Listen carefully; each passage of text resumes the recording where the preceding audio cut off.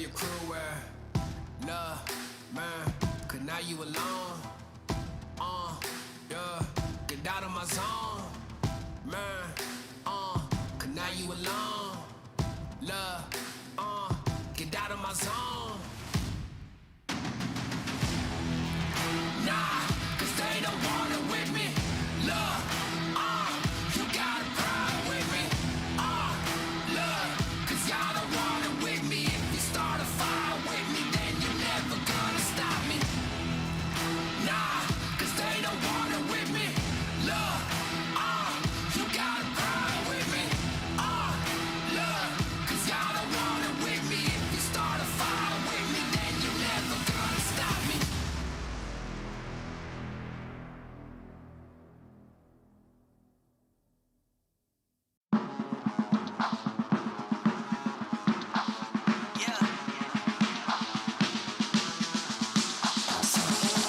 Here we go. Back again, same scenario. Win, win, win, win. Yeah, we on a roll. Yeah, 2, 4, 6. We like 10 and 0. I should probably tell them something that they didn't know. Back then, we was down with nowhere to go. Shit, might have been down, but we didn't fold. Now we running it like some intervals. Ooh, what now? Tell me who you see when you look straight up. Like, wait, who us now? What you gonna do when we pull up on you? Like, ooh, touchdown. You already know what it is when I come through you. Ooh, shut down. Say, ooh, shut down. Say, ooh, what now? Tell me who you see when you look straight up. Like, wait, who us now? What you gonna do when we pull up on you? Like, ooh, touchdown. You already know what it is when we come through you. Ooh, shut down. Say, ooh.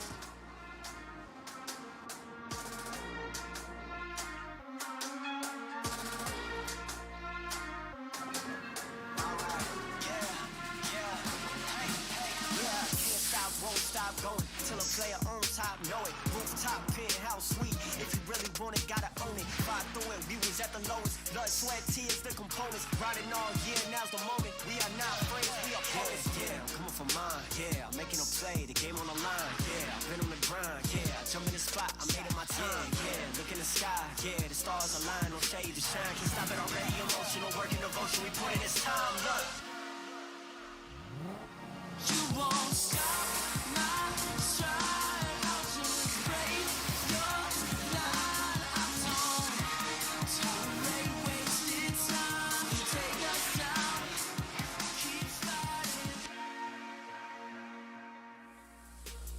The Snapdragon Pro Series is brought to you by Snapdragon Elite Gaming, Monster Energy. Welcome, ladies and gentlemen. This is the Snapdragon Pro Series, where we bring you guys Free Fire Day number 2 here of the group stage. My name is Victor Cax. Joining me here is the Misachio. We're going to be your commentators for today as we run through day number 2 here. So, how are you doing, my man? I am fantastic, and today is the day where I get what I've been looking for, Victor. Yesterday, the question was, yes, Blacklist International can have breakout runs against a couple of groups, but can they get the same done against Group A? We get to see that showdown today, because yesterday was a historic moment for Blacklist International, because as they broke out, they hit 39 points, Victor, which was absolutely crazy. But there has been a little bit of a adjustment, though. Oh, yeah. They have converted to AKO. So Blacklist International, they are no more. Auto Knockout is the team name that they carry forth. But I think they are ready to knock out a couple of more teams. Oh, for sure. I mean, this is exciting news, actually, for a team that's so new, made a huge splash yesterday, and then now being picked up here, having a new name, a new sense of direction, let's put it that way, for these boys. And I'm going to be really excited to see whether or not to be able to continue things, because obviously today it's going to be a slightly different day today, because for groups, yesterday we saw most of groups B and C having the majority of the matches being played yesterday itself. Today is going to be the chance for those in groups A and D to start to cash things up. The point system for the competition is, as always, you get the booyah, you get 12 points. You get the second place, there's 3 points lesser, just 9 for you. Each and every single position below that, you minus off 1 point. That's exactly what you will be able to get, but only way up to the 10th place, which gets you a single placement point. 11th and 12th place. If you are the first two teams to get taken out of the equation, you get no placement points at all. But the way you can buffer yourself up is by eliminating your opponents. Each and every single elimination gets you 1 point. And we saw how important those kill points were, right? They practically shot Blacklist all the way to the top just from how aggressive they were in their opening games here. And speaking of opening games, we're going to be back to Bermuda and Kalahari today, but the group setups are going to be different today. So we're going to be starting off with groups A and D together, and then followed by that, we'll be having groups A and C. And then after that, we'll be B and D going up against each other. Once again, the highlight for me personally is Group A going up versus Group C, because Group A has got the lineup of titans. We've got AB Radicals, Farang, Revenge, Axis Esports, GeekFam, and Pando EWG. Group C, we just need to talk about one team. That is Blacklist International. But I know Quick Reactions is quite annoyed, right? Because they're like, Mustachio, can you talk about us as well? Because they were the team that managed to catch up with Blacklist yesterday. That's the thing. They really put a spirited performance towards the end of day number 1. So hopefully today we'll be seeing a lot more of them, especially when it comes to their specific matches. But for now, though, the big question is that Blacklist, or rather Auto Knockout as they're now known, are they going to be able to keep that streak going, or is somebody else going to be able to step up to the plate? This is Group D as well as Group A. Group D with a lineup of No Escape RV, Team Juke, ORV X-Men, Freedom Rumble, NC, as well as ORV Tyrants. Yep, and in Group A you have AB Radicals, Farang, Revenge, Axis Esports, GeekFam, and Pando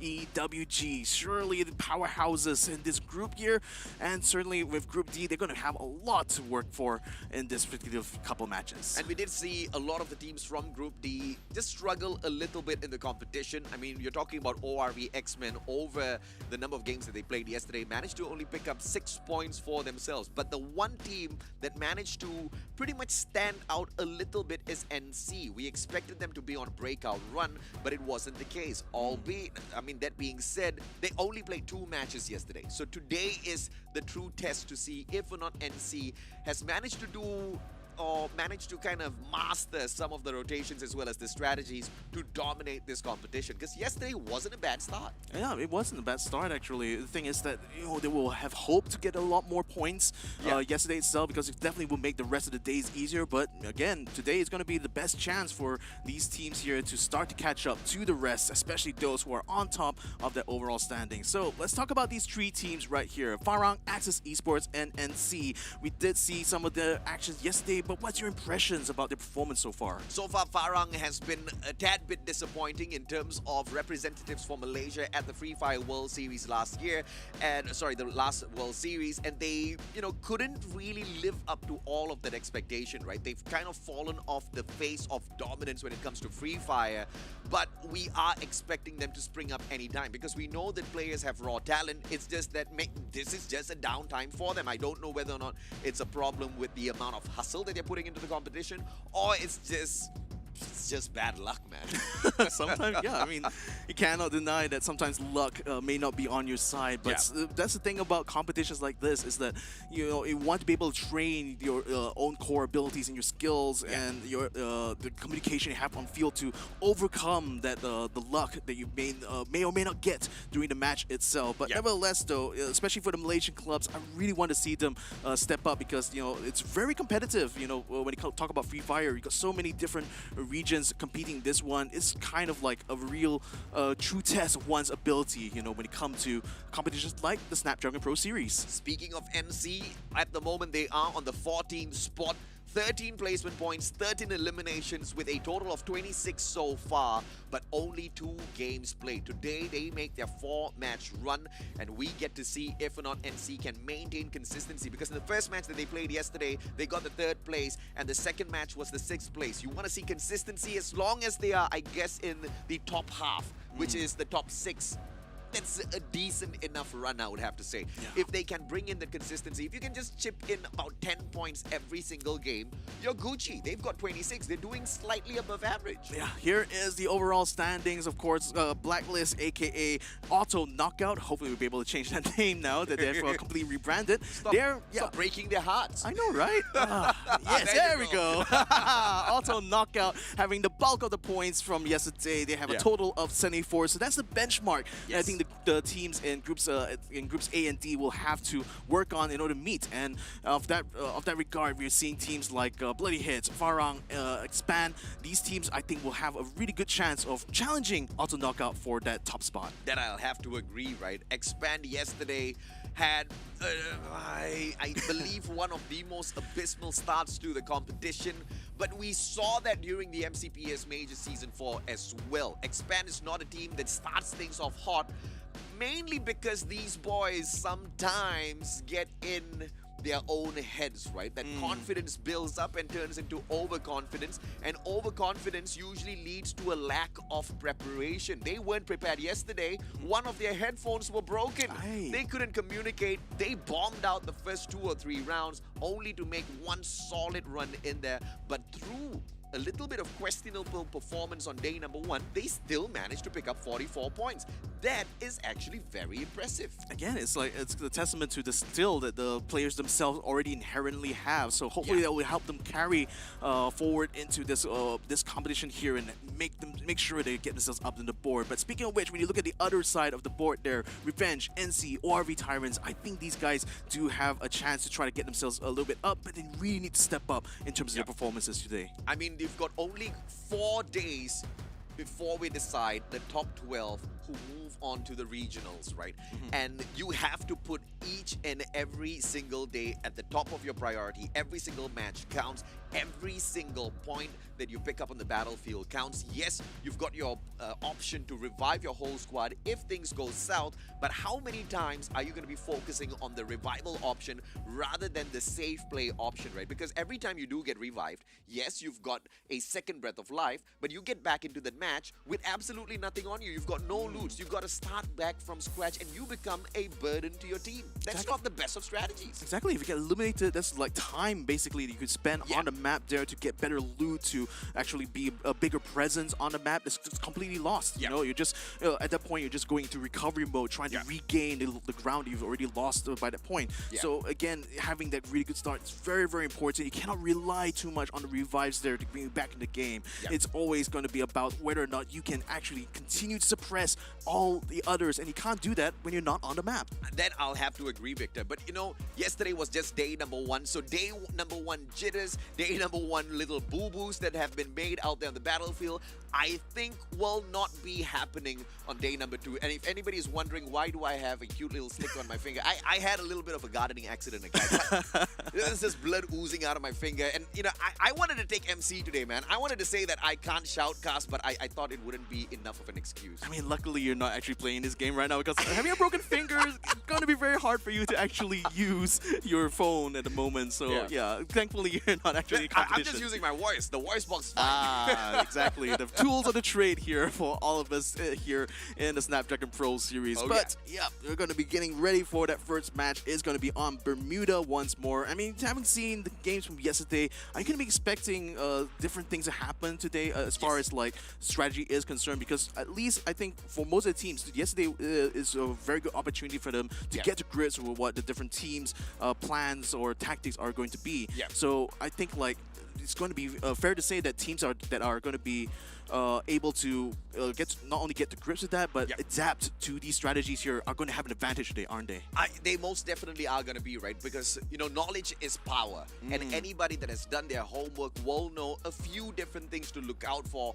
Mainly, if you are going up against Group A, you are going up against the kings of Free Fire right now for MSP, and that is AB Radicals themselves. Now, they might not look super supreme on the overall leaderboard thanks to their unfortunate performance yesterday, but the one thing that you do know is this team knows how to pop you and make you into kill points, right? They get the elimination points very easily. They're quite an aggressive team, but yesterday wasn't a great start. But the one thing that you want to do is make sure you avoid that blue zone, because every single time a match starts, and if AV Radical is there, they're going to be looking for that high tier loot.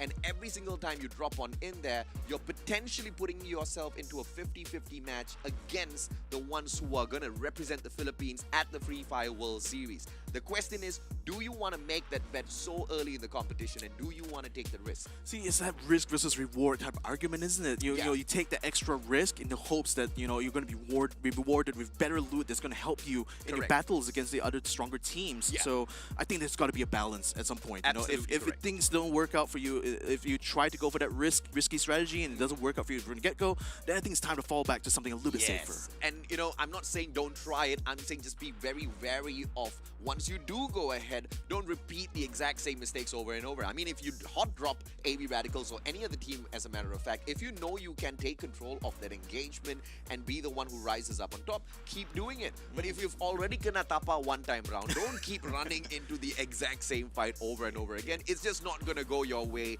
at the end of the day. And that's just exactly what some of these teams need to look out for on day number 2. Because we saw quite a number of hot drops yesterday, which should not be the case on day number 2. Yeah, it shouldn't be the case at all. But in any case, speaking about tapaoing, if you think that some teams are going to be able to tapao a little bit more than others, go ahead and let us know inside the Twitch chat, because predictions are already live. So go ahead, vote for your favorite teams, the teams that you support, and hopefully we'll see whether or not those predictions do come to pass.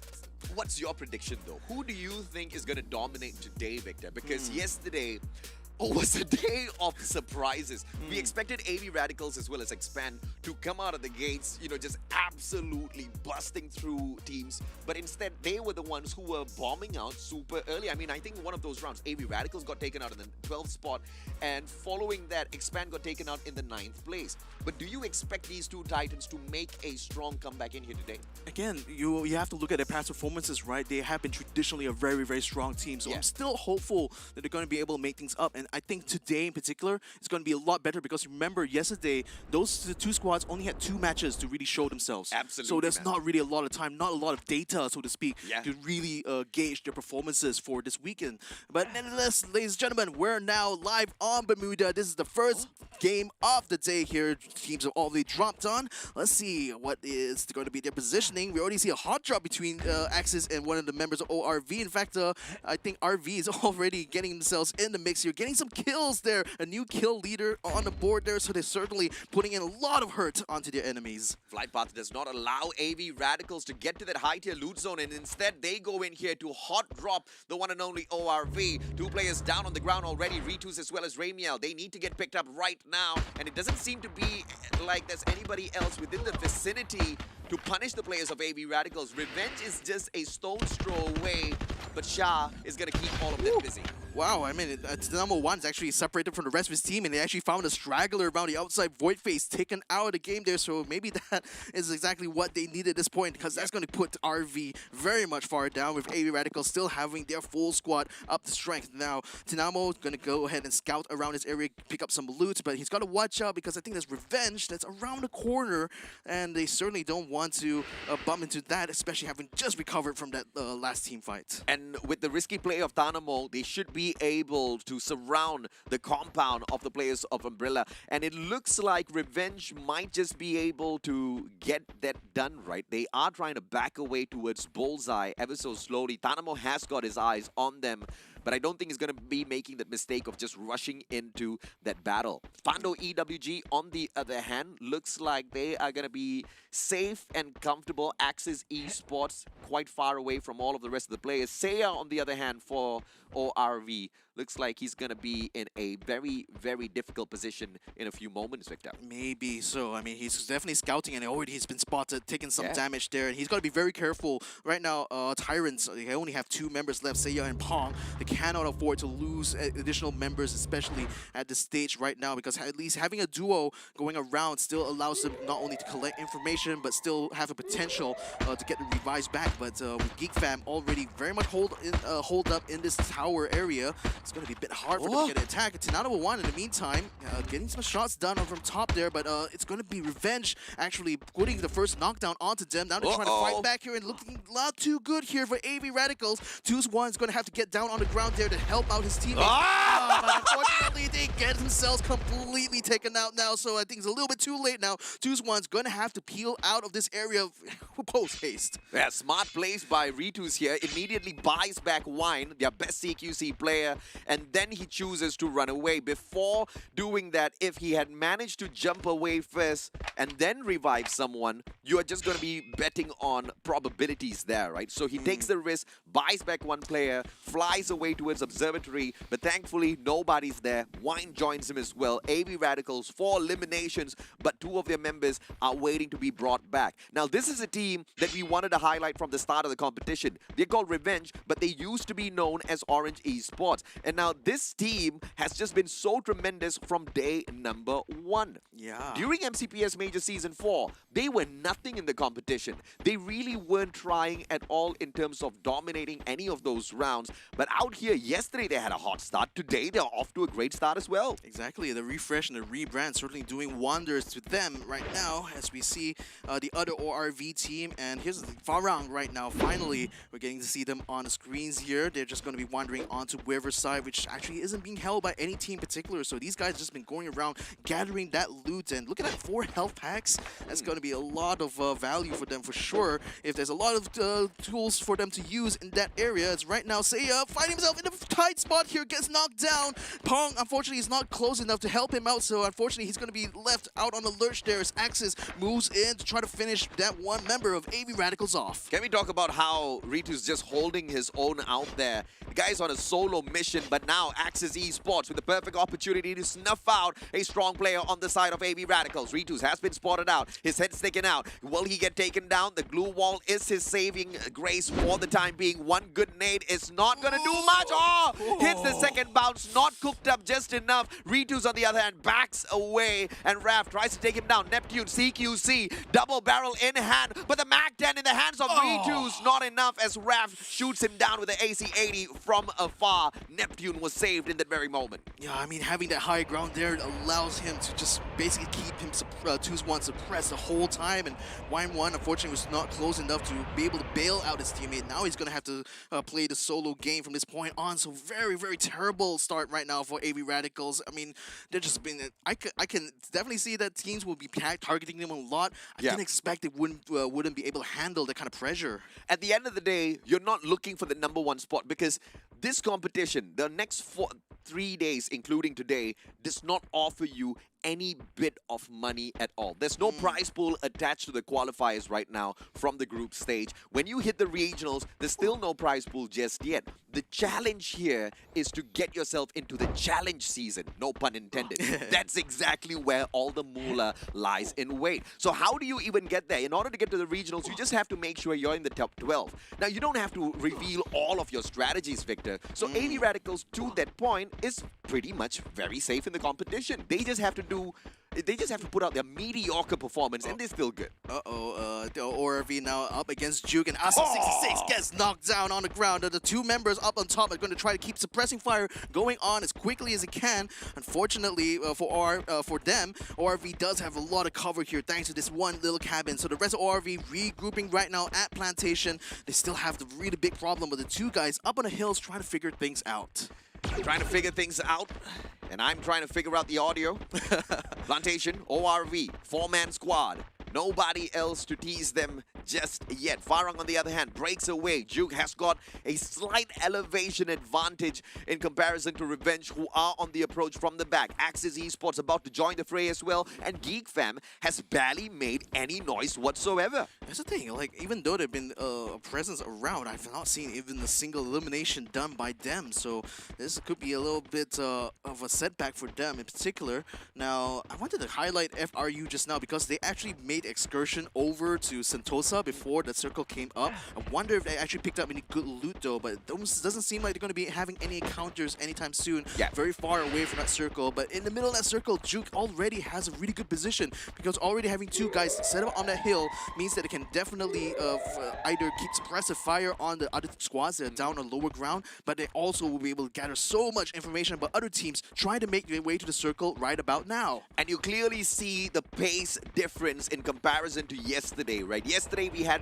many an engagement at Bermuda the moment the match started. Today we are 8 minutes in and 12 teams still standing out there on the battlefield. Not a single squad has been taken down so far. Pando, EWG, EWG. Jace helping Bonito out, but now he gets tagged up by the circle as well, but not enough to punish him. ORV still surviving in the back, trying to play the game of time to make sure that the revival platform brings in the rest of the team members. Axis Esports at Graveyard. They can put that final bullet in the coffin of the AV Radical squad. Question is, do they keep an eye on the revival platform? AV's already there, and Ramiel gets knocked down onto the ground, but that's a sign. AV Radicals is not out of the equation just yet. Yeah, I mean, it's still certainly good news for them, but not so much for the fact that they still just conceding elimination points to the other teams. Yeah. And that's another factor to consider, right? Because the more, the worse off the AV Radical is, everyone else is going to get better and better in terms of the scores when it comes to that final leaderboard.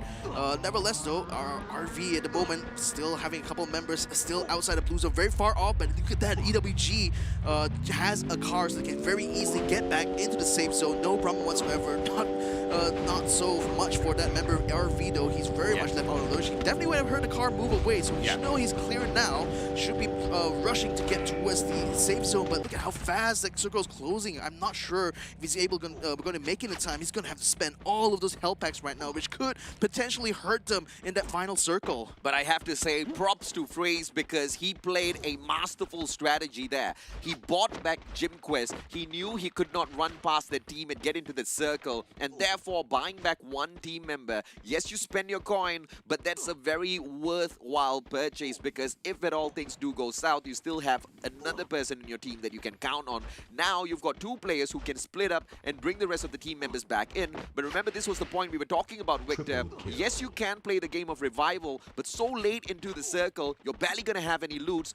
What's going to be the efficacy of this team in that final circle? Yeah, that's a big question. I mean, they're going to hope that maybe they will be able to get elimination on another team and maybe take their loot instead. I think it'll be the best bet for them to get back into the game. Meantime, NC actually having a good match to get into the safe zone just in nick of time. Should be able to gatekeep this one member of FRU though. Coco just only got himself close to that circle, but unfortunately he sees enemies up high, so he's going to have to be very careful about the approach. Unfortunately, the rest of his team, unfortunately, is way up north, so they're not going to be able to give him any backup. And unfortunately, I think Coco may have just been spotted because he saw a glue wall, and that's betrayed his position now. So NC is getting themselves set up for this ambush, setting a bomb all the way there. Coco, luckily was able to just stay out of his area of effectiveness. And NC doesn't really want to stick towards the very edge of the safe zone because we've only got about 12 more seconds before the circle starts to close on in, and the distance to travel is great. So all of the teams need to start moving, and they need to start moving now. NC, just like Freedom Rumble, they're a little bit too far away from this next circle, and I like the fact that the rest of the team members off the side of Freedom Rumble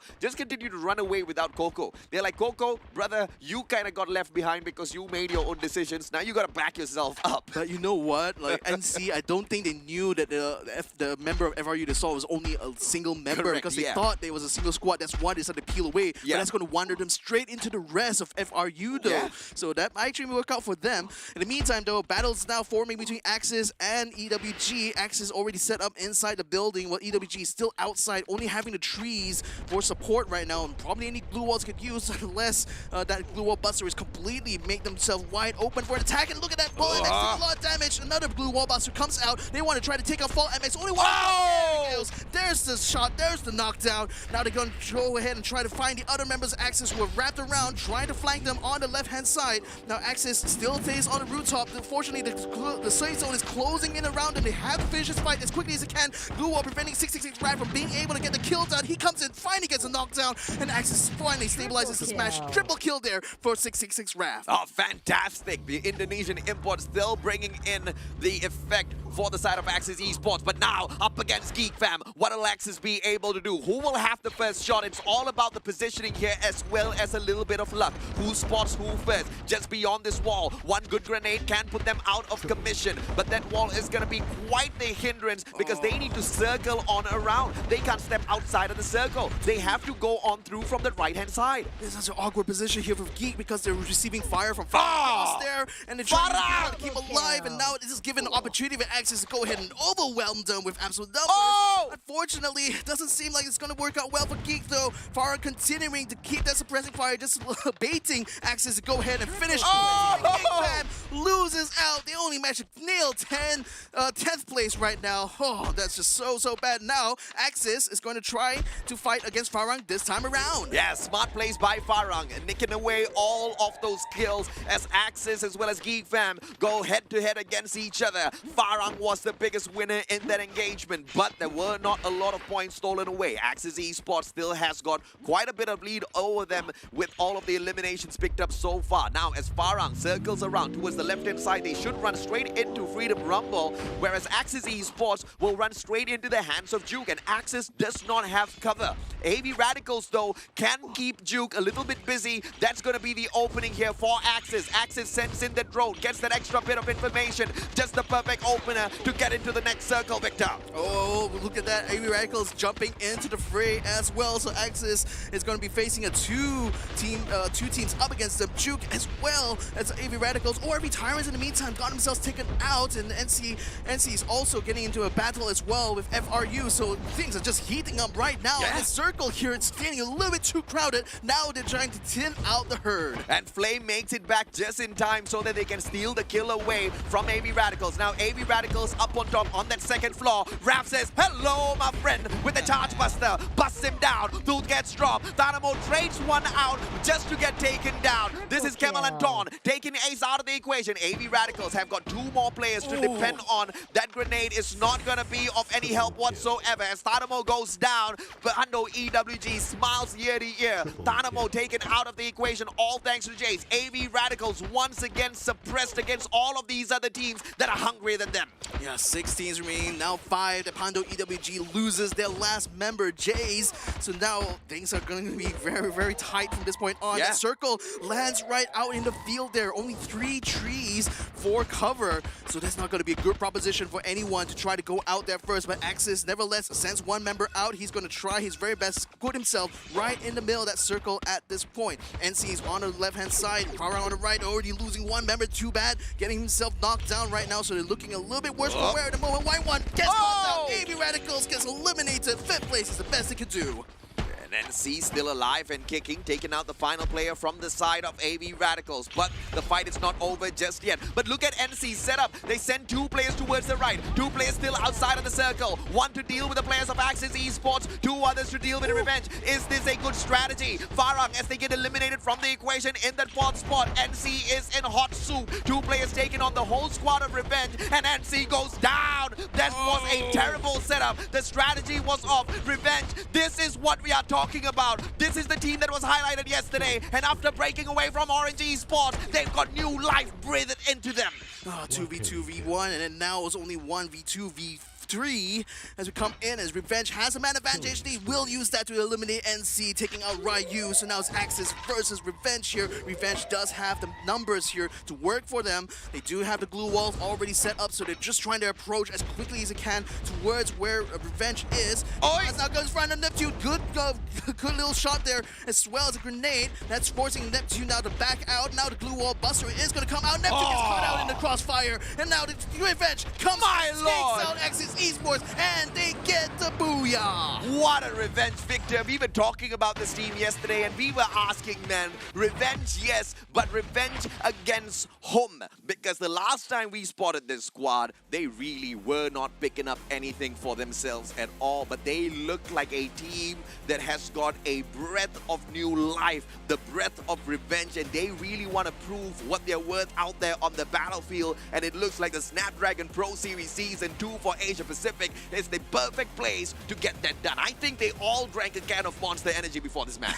I wouldn't be surprised about that, but certainly you can see the focus on their faces though, because there's not a lot of elation actually on their faces. It's more of a sigh of relief, I think, given that it was a very, very tough final circle. I mean, we saw, what, 6, 7 teams actually make it? Too many. Too many, indeed. So there was a lot of battles actually forming at the same time, and it's just a wonder that Revenge managed to stay out of trouble long enough to stay into the final circle. And it wasn't like they were trying to dodge each and every single fight. I think the strategy was sound for Revenge from the very first moment, right? Not being too lackadaisical with their approach, playing the game of defense throughout the whole time, surviving to get into the circle, prioritizing their positioning rather than getting elimination points. Because, I mean, the math does check out. You get into the final circle, you're going to have everybody running towards you, especially with the fact when you are into the game 10 minutes and 12 teams are still alive and kicking. Not a single team eliminated just yet. Just means the final circle will have have a lot of food for you to eat. It's an all-you-can-eat buffet. Another thing, because I was also watching what Geek Fam was doing, and I felt they played it safe because they wanted to thrive in the chaos of that final circle, but Yeah.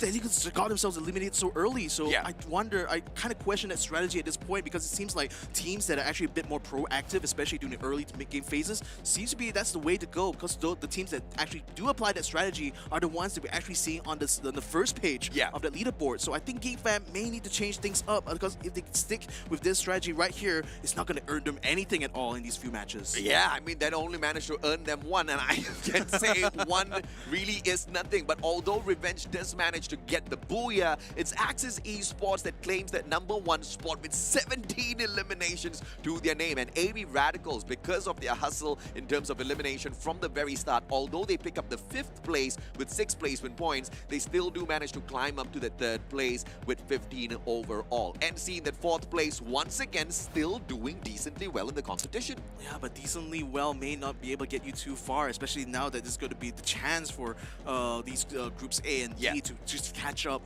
to the rest as far as the leaderboard is concerned. So granted, it is good that they're Yeah. able to put themselves up there, but especially teams like AV Radicals definitely going to have to examine what exactly is making them lose out those early battles, because Yeah. it kind of feels that that's the thing that's going to bog them down Yeah. during this group stage here. And I really want to be able to see them actually be dominant for once, Yeah. because I do feel that the team has that potential. And here's why I'm shouting out NC, right? Because if you compare them, if there's a power ranking amongst all of these teams, I really feel like NC has got nothing on AV Radicals. But now not only are they a step behind AV Radicals, but they're above Farang. And Farang used to be known as one of the most fearsome teams in the Free Fire landscape within Malaysia. NC, on the other hand, weren't the biggest of threats. So to see them kind of keep up with the pace of AV Radicals and outdo Farang themselves speaks volumes for the team and all of the hustle that they've been putting into practice to get ready for this stage. But, you know, consistency is key. I've been asking as to how consistent can NC be. It looks like the answer is pretty consistent. And you know, overall, they just need 10 points from every single game. Average is all I'm expecting out of NC. Yesterday, they performed above average. Remember, 2 games with an overall of 26 points, so 13 per match. I believe they got 13 points again. This is the most consistency I've seen from NC. Wow, that's Rhyme Master Mustachio right over here, ladies and gentlemen. But yeah, I think again, given the fact that it's the top 12 that do get through, so I can Yeah. see your point why just having this, even though it's not really like a bombastic performance, Yeah. just having this average amount of points there, just make it enough to get in the top 12. Yeah. Maybe it's just good enough for this team here. And conversely, you're not necessarily showing off your power levels, so Yep. to speak, especially this early into the group stage. Yeah. So maybe that might be the ticket that NC is working on, to get themselves there. And you also don't want to go all out each and every single match and potentially risk early elimination. And we've seen how that has worked out for teams like AV Radicals and Expand, who were expected to dominate the competition. They thought themselves that they could dominate. They got very aggressive from the early stages on day 1, and they paid the price. And Yeah. NC's not making that mistake at all, which is beyond shocking. And, this is the kind of attitude and mentality you want to see from some of the bigger brands, some of the bigger teams who have managed to dominate the landscape so far. But I think it is all about the attitude, how you approach the Snapdragon Pro Series. I believe some could just be hanging back because they feel like they don't need to hustle just yet. Some others could be taking advantage of the fact that, some of the other teams might be from the second tier in terms of competitiveness. Yeah, But it looks like that second tier team is hitting back real hard. So I think like being in that second tier means that there's not a lot of expectations on their Yes. side. So maybe that lack of pressure allows these players to actually come into form a little bit more. That is correct, yes. So yeah, I think that's kind of the difference you have to consider sometimes, Yeah. especially when you talk about the tier 1 teams. Yeah. The pressure to perform sometimes can negatively affect the players themselves. Yes, and decision making, right? And not just the pressure, but sometimes ego kind of catches up with you. You really want to prove yourself out there on the battlefield. Yeah, you're hopping on into the Snapdragon Pro Series. This is an opportunity for you to show who's the most dominant in the whole of MSP. And to a certain degree, some of the teams who have already proven themselves out there in other competitions want to have those flashy plays as well. But this is a whole new setup of teams. We barely knew all of their drop spots yesterday, and some of them found that out the very hard way. I know, right? So, yeah, we'll have to see, because this is still the first of many matches that we're going to be having over the course of today here. So, even though there may be a bit of stumbling for some of these teams here, they can certainly catch things up, especially for those Group A and D there, because this is literally going to be their shot to catch up to those in Groups B and C. So, shout out to our sponsors here, Snapdragon Pro Series. Wouldn't have been possible without our main sponsor, which is Snapdragon Elite Gaming, for when winning matters. And these guys have been providing the perfect platform here for our Free Fire team, so we thank them so much for that. Not to forget as well, our second sponsor, Monster Energy. Unleash the beast here as we go through our Free Fire matches here. Go ahead, check them out, www.monsterenergy.com/gaming. And last but not least, if you're running out of credits there in your favorite mobile games, go ahead and check out Kachi Shop, because you might just not only get great deals, but also discounts on those top-ups there. So you're going to get your bang for the buck. Check them out at www.kachishop.com/my. Hey man, on that note, we're going to take a quick short break. When we come back, round number 2 at Kalahari. The Snapdragon Pro Series is brought to you by Snapdragon Elite Gaming, Monster Energy, and Kachi Shop.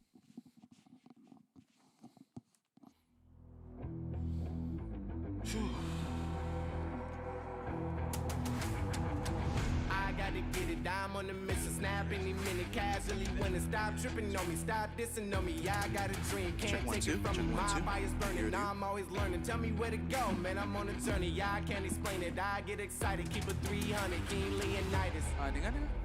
Strap in, cause it's gonna be a long ride. Working on me every single day and night. There comes a time when your worlds will collide. If it's holding you back, push it right to the side. Ain't got no time for no fear. I work too hard to get here. Ain't got no time for no fear. I work too hard to get here.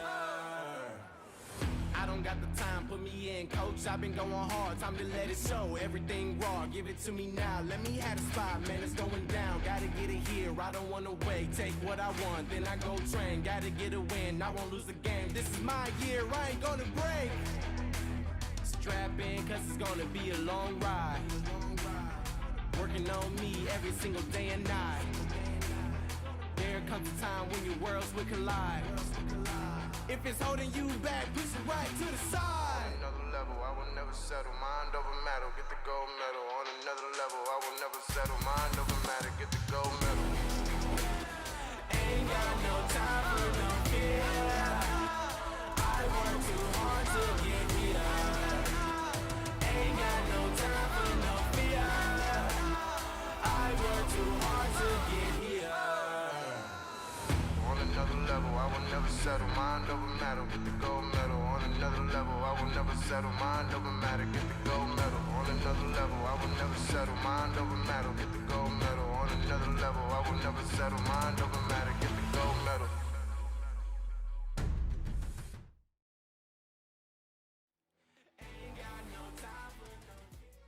Welcome back, ladies and gentlemen, boys and girls. This is the Snapdragon Pro Series Season 2 Asia Pacific, brought to you guys by Snapdragon Elite Gaming, Monster Energy, as well as Kachi Shop. My name is AJ. I'm the mustachio down here with the one and only Victor Gax, bringing you guys the action. And so far, what we have seen on day 2 is revenge. Oh yeah, revenge. Dish best served cold, isn't it? And these guys have certainly been serving that dish over and over again. And finally, today, they've got their first booyah. And boy, oh boy, I'm going to be hoping to see them do a little bit more of that, because I really like what I'm seeing here from them.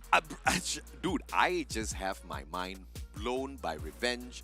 And this has been a team that I have been putting a lot of hope and trust into from competitions of past. And all I've gotten in return was disappointment. But in this competition, they are not disappointing in the ever so slightest. They are taking revenge. I'm still curious as to who's that revenge against, but they have been doing a phenomenal job up there. Look at this, man. Overall leaderboard, Revenge now in the 3rd place with a single booyah to their name, 22 placement points, 26 elimination points for a total of 48, just a single point behind Quick Reactions. I mean, that's a super move there from Revenge now. So that's going to put them certainly up there, and they can definitely rest a little bit easy, especially when you're that high up on the first page there, because again, it's going to be the top 12 that moves on to the regionals there. So really 12th spot is where you want to be. And look at that, NC already put themselves up there. So that's a good sign for them. They're sharing the same number of points, which is 39 with Pando, EWG. Geek Fam though, that single point, they need to do a lot more than that if they want to make themselves up into that top 12. I most definitely agree with you. Two teams, Revenge and NC, both of these guys have a lot of opportunities. And by a lot of opportunities, I mean they've got 4 rounds in here from Group A as well as Group D. And yesterday we saw Group B and Group C have those 4 matches, whereas the other 2 groups only had 2. So it's the reverse today, hence why you see the exact same maps, which are Bermuda as well as Kalahari. But I have to say, the groupings that I am most excited about is Group A versus Group C. Because yesterday we saw Blacklist International dominate pretty much the competition, and they were able to once again tap out quite a number of the other teams, but the Titan squads are in Group A. So when that particular combination happens, I'm curious to see exactly how well this, I have to stop calling them Blacklist, how well does Auto Knockout do in here today, but we still have to be a little patient. That matchup will come on forth a little bit later on. Can we see though more consistency from NC, and will Revenge be able to continuously execute their revenge? By the way they're playing, it seems like this is going to be very highly likely. Yeah, it seemingly does so, and you know, if NC is going to be able to keep that up as well, that should certainly guarantee them a slot somewhere. As long as like I said, every single match, if there's at least 10 points for them, no matter we get it from placement points or from kills, that may be just a ticket for them. But yeah, it's kind of funny when you think about it that, you know, the squads in Group A never had the opportunity to play against Group C at all yesterday itself. So that's going to be a real test for Auto Knockout here, because you know, you can sometimes make the argument that, you know, it's the first day of the competition. Teams have not really settled down, so to speak, when it comes to how this competition is going to turn out, and Blacklist certainly used that opportunity for themselves to net a huge amount of points in that first day. So today is going to be a real test, I think, for Auto Knockout right now, because you're up against the really strong squads in Group A. May not be as easy as a path there compared to day one. That I'll have to agree, right? And Group A versus C, you will start seeing those games starting from match number 3 as well as match number 4. So stay tuned. You will be, I'm pretty sure, excited to see exactly how the journey of Auto Knockout is at that point of time. Now, going back to a little bit more of the spicy masala thrown into the competition, AV Radicals. I'm just not feeling the dominance. That's why, like I said, I think AV Radicals is going to have to examine what exactly is making them lose out on this early game fights. Maybe it's a combination of characters, which is a thing that we really rarely touch on here, but the characters do really make a difference in terms of not only a play style, but even an approach you take to certain battles. You know, characters like Alok, for example, you get extra movement speed and HP, and maybe the AV Radicals might want to consider using characters like that, you know, to make up for, you know, the kind of aggression they will face against other teams. But nevertheless, though, that is the problem for AV Radicals side. The problem for us is to figure out who exactly is going to dominate this map right now, because we're live on Kalahari. This is the second match here for Groups A and D. Let's see how things are going out. Oh, ORV and FRU already caught up in the battle here. Coco getting himself knocked down. There's already 2 members of ORV getting taken down, and Shots gets himself eliminated. Unfortunately, Jabba Kid's able to get himself back into play there thanks to the revive by his teammate. Now they're going to try to go ahead and finish off the rest of FRU. 2 members still wandering around here, still waiting to see if they can try to fight back, but unfortunately they're going to be caught right the outside. Yes, now going for the chase onto Danny's, and Danny's going to be able to get the knockdown on the other side. Unfortunately, coming around there is Jans, and he does get the revenge kill onto FRU's Danny's, and only 1 member FRU left. He's going to have to run away now. No way he's going to be able to save his teammate there. Yeah, he has to run past that revival platform, which in itself has to hurt a lot. But the question here is now, can Kai get his hands on a vehicle of some sort so that he can get away as quickly as possible from that compound? We can see the players of Farang trying to fly away as well with the launch pad, as they don't want to deal with the heavy firepower within their compound. ORV, Void Face trying to get the job done. Now this 2 teams, they hot dropped each other, and this gunfight between Spade and Whiteface is the most important, because as the two teams hot drop each other at Refinery, it was Spade as well as the guy who was trying to hold on to that revival platform so that the losers get to bring their team members right back in. But it was ORE that failed against Farang at Refinery, and with Spade winning that out, Seiya is left all alone, and he's that final survivor. I think this is an early GG for ORE. They can't run towards the players of Revenge. They can't run back in towards the players of Farang. They can't run away towards AV Radicals. They are stuck. Yeah, very much stuck there. I mean, look at that. Look at left, right, center, up on top, up on bottom. There's nowhere for him to go. Justy GG does bring shots back, though. So, I mean, that's the other ORV team here we're talking about. Ipans in the meantime, I think they've just encountered NC because Ryu just got eliminated there. Kai just trying his very best to stay out of trouble around. Looks like he does find a revive point just down by the south side, but RV is also around the corner. So he has to watch out, though. He got spotted by Piz, and Piz does take him down a notch or two. Doesn't quite get elimination done yet, though, but that's going to gatekeep him from being able to approach that revive station. Single point, Geek Fam still trying to look more for themselves, but they have to be really careful, because if they do get baited in by the players of Freedom Rumble, they'll have to deal with No Escape RV a little bit later on as well. That's not something that I think Geek Fam wants to deal with so early on in this round number 2, especially after just picking up a single point for themselves. This should be a more careful round for Geek Fam, but as I say that, look at them run straight for Kai. Yeah, indeed. Kai just going to head behind and tuck her in there. I hope he doesn't get spotted this early on, but look at how dire the situation is right now for FRU. Kai now forced to attack, tries to get onto Hakimi. Hakimi puts out 2 glue walls there, does have a drone out as well, try to scan and see if there's any other members to watch out for, but it seems to realize that there's not much attack coming his way. Kai is going to use his opportunity to try to slip away, and actually look at that, RV moves away from the revive station, so Kai could actually get back onto there to bring back some of his teammates. He needs to do it fast though, because Geek Fam, they are on the chase. Yep, Apis now out in the open. The players of No Escape RV could have just waited slightly longer before firing at the players of Geek Fam. Try to bait them out into the open first, but a little bit of a premature engagement from No Escape RV allows the players of Geek Fam to back away and play a safer rotation in. Now they are on a heavy defense with Hakimi and the VSS. Shah's going to be in a lot of trouble. He does have the AK, but the gun that Hakimi holds in his hands a little bit better for this sort of a distance as well as headshot. And the moment Shah peeks his head up from that rooftop, he is going to be in a lot of trouble. Time Turner will save him as he bandages himself right back up. The players of Geek Fam are at a stalemate against No Escape RV, but look at that flank around. Yeah, I saw a couple of members of Geek Fam starting to flank the back of RV there, and I think Kai from FRU is just going to be hoping that both teams just going to be too distracted by that little engagement there to actually deal with him, so they can make a dash for that revive station and make a third party in this fight. But right now, RV and Geek Fam very much engaged in battle here. Glue walls coming up and around. Hakimi trying to run around side, gets a glue wall out just in time before FaZe is able to put a shot down. Tries to put down a glue wall buster, but that may expose him a little bit too much, and that's taken a lot of damage on him. Now Sia is going to be taken down there by FPs. On the other side though, Hakimi now still keeping this fight going, gets a knockdown to Sienz. That's good. He's going to get a knockdown to FaZe, but unfortunately he's the one going to get knocked down this time. Abyss now coming in to save his teammate. There he is. He's going to be in time though. No, he is not.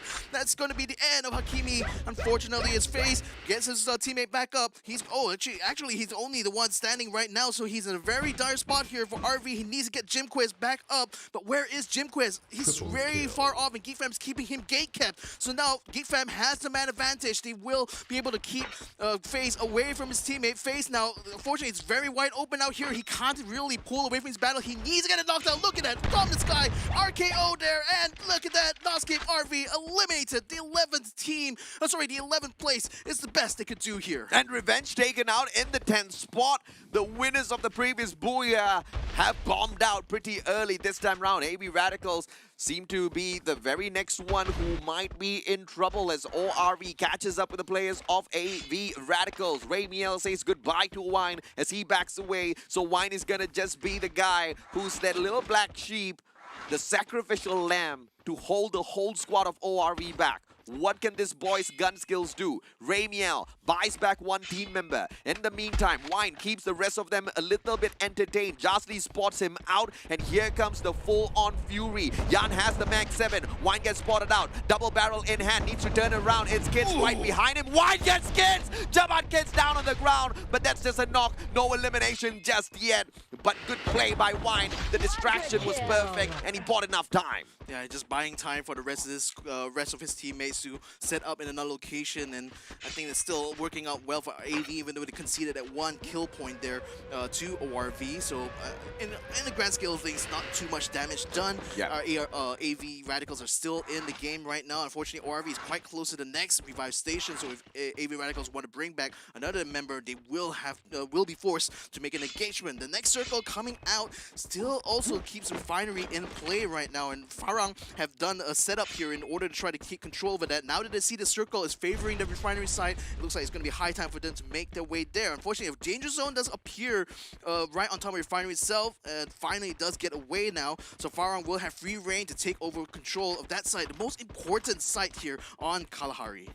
Let's see, how can they now circle around this little bit of a challenge, because Danny's needs to be brought right back in. They don't have a revival point anywhere near them. No purchase points as well. The vending machines are just a little bit too far. Mammoth just behind them. They can take that zip line, but that'll require them to travel away from the circle first. So lots of decisions here for the players of Freedom Rumble. And the question is, what will they decide to do? Do they send out one guy on the mission of revival, or does the whole squad stick together and bring back that final player to get ready for that next battle? Pando EWG, on the other hand, is not stuck with such big decisions to make. They are running across freely, just looking for the circle, with just Freedom Rumble who might be able to mess with them after this. Yeah, so this is going to be interesting as well for EWG, because they're starting to get close to FRU. In fact, they're already starting to put some shots to keep them suppressed, as Mount Monito is going to be approaching them, trying to flank them from the top side. And they spot out Kai, going to go ahead and put some shots in. Kai ducks away into the building just in the nick of time, so it doesn't take too much damage. The rest of his team is going to be peeling away from this as quickly as they can. They can't really afford for a battle like this, because EWG has 4 members up. FRU only has 2, so they cannot force a fight out here. They're just going to have to run away right now, but that might actually land them straight into the sides of Farang, because they've already set themselves up on the Refinery. They have full range to see exactly what's going on around this circle here, and any team that wanders a little bit too close to the gun side is definitely going to get shot. Let's see if on Freedom Rumble. I mean, they've got the advantage, or they had the advantage moments ago. Kind of messed that one up by losing the player, but it's all right. They've got the vending machine in front of them. They've got enough coins to buy back their player, at least one. Danny brought back into the equation. Juke, on the other hand, with Asta 666 revived. ORV now is the next challenge, and ORV clearly knows that they are there. As they cross that body of water, ORV is waiting to gatekeep them. The circle is still with them, but as it comes closing in, the next circle's placement will decide the movement of Juke and whether or not ORV will have a meal day with them running towards them, or if the circle just still stays in place. Juke can just wait this out, wait for another team to potentially engage with ORV, and then start to make that move. Where's that circle gonna go? Juke has to travel, but look now, if they keep towards that riverbank and travel from the outer side towards the next circle, ORV is not going to get a clear shot against them. Exactly. That's still working out well for Juke here, so he can still stay out of trouble and get to that next safe zone. In the meantime, inside the circle though, AV Radicals has spotted out one of the ORV teams there. Jabakis, Jans, Shots, and Justy GG set up on the bayfront here, and AV Radicals have yet to have 2 members cross the river, but they also have to watch out for Axis, because Axis is also making their way towards the bayfront as well, so it might become a 3-way battle very soon. AV Radicals now getting locked in the battle. Jabakis is going to get knocked down. Renell One going to try to get out of the way there to see if he can find another member of ORV, but for now it seems like AV Radicals has set themselves up really good here in this fight. Now they're going to try and circle around and see if there are any other members of ORV to eliminate, but at the moment, it seems like that solo member, Shots, is able to hide away and stay very, very quiet right now, and hope that Access Esports comes in here to interrupt AV Radicals, to give it a distraction, to allow him to peel away from this battle. You know, fun fact here, Victor. Through all of the matches so far, we've got 7 games, and not a single match have we seen a team from Group D pick up a booyah. So far, all of the booyahs have been focused on Group A, C, as well as B. Group B only having 1 representative, that is Expand, picking up the booyah for themselves. The rest has all just been a dominant play from Group A and C. Yeah, I mean, ORV Tyrants and ORV X-Men needs to try to find one Booyah somewhere around here. Twist in the meantime, gonna be facing a bit of trouble. Kaboom! Oh, he missed! Wait, he didn't get the shot! Now he gets knocked down!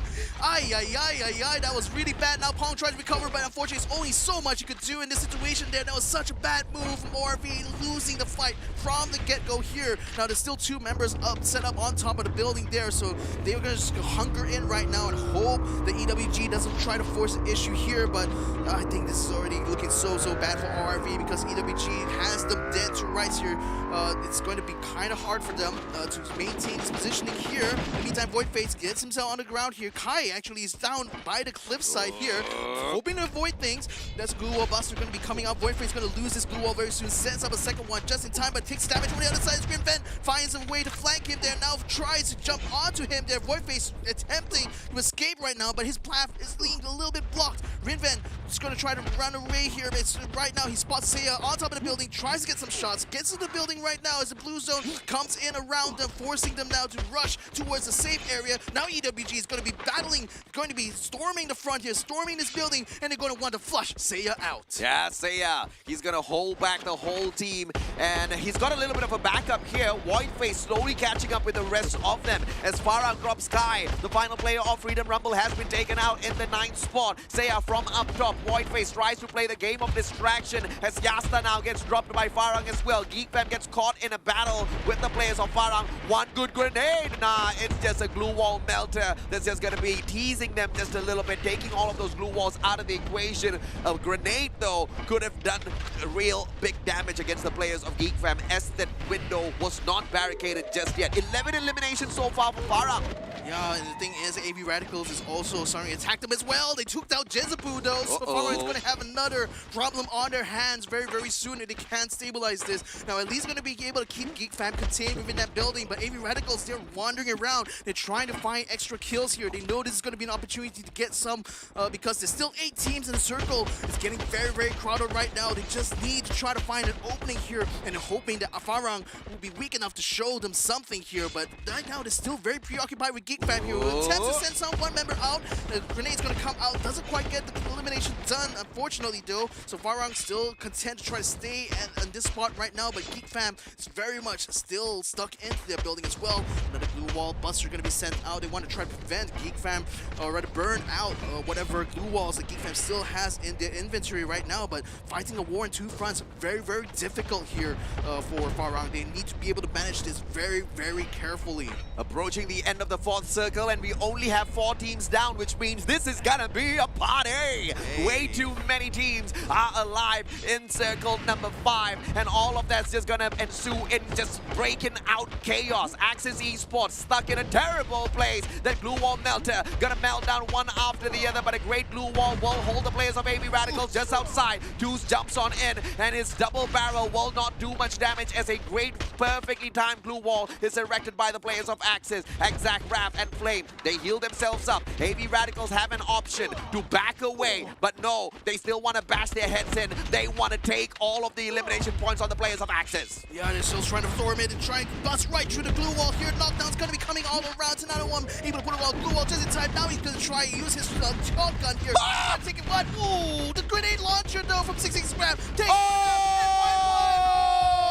Completely wipe out Axis Esports. AV Radical played around with this very awkward situation here with the Blues halfway through, but it's not quite done. Look at Geekfam now. Farang is now trying to force them out of the building here, and they indeed do force them on the outside. Can they get eliminations done though? Because Farang now just also facing another problem because Revenge has a member, Jace, who's getting in the mix. He's actually forcing Jembo to be distracted at this point, so he can't really support the rest of his squad as they attempt to assault Geekfam. So things are falling apart rapidly here for Farang. Can they still hold on? Oh, Jimbal now gets down to the ground. This force to try to run alongside with the ever-shrinking circle right now. We're approaching the 6th one, and it's still looking very tight at this point here for Farang. Yeah, Jimbal, final player on the side of Farang. Geekfam, on the other hand, now they deal with the players of AV Radicals. Farang eliminated all thanks to Juke's Day Moon. That grenade launcher was perfect. Hakimi drops Juice from afar. Raimi Daniel with the AWM. He's got the distance, but he can't play it just yet. Hakimi grenade! Grenade takes out the final player from the side of AB Radicals, and that's the 4th spot for them.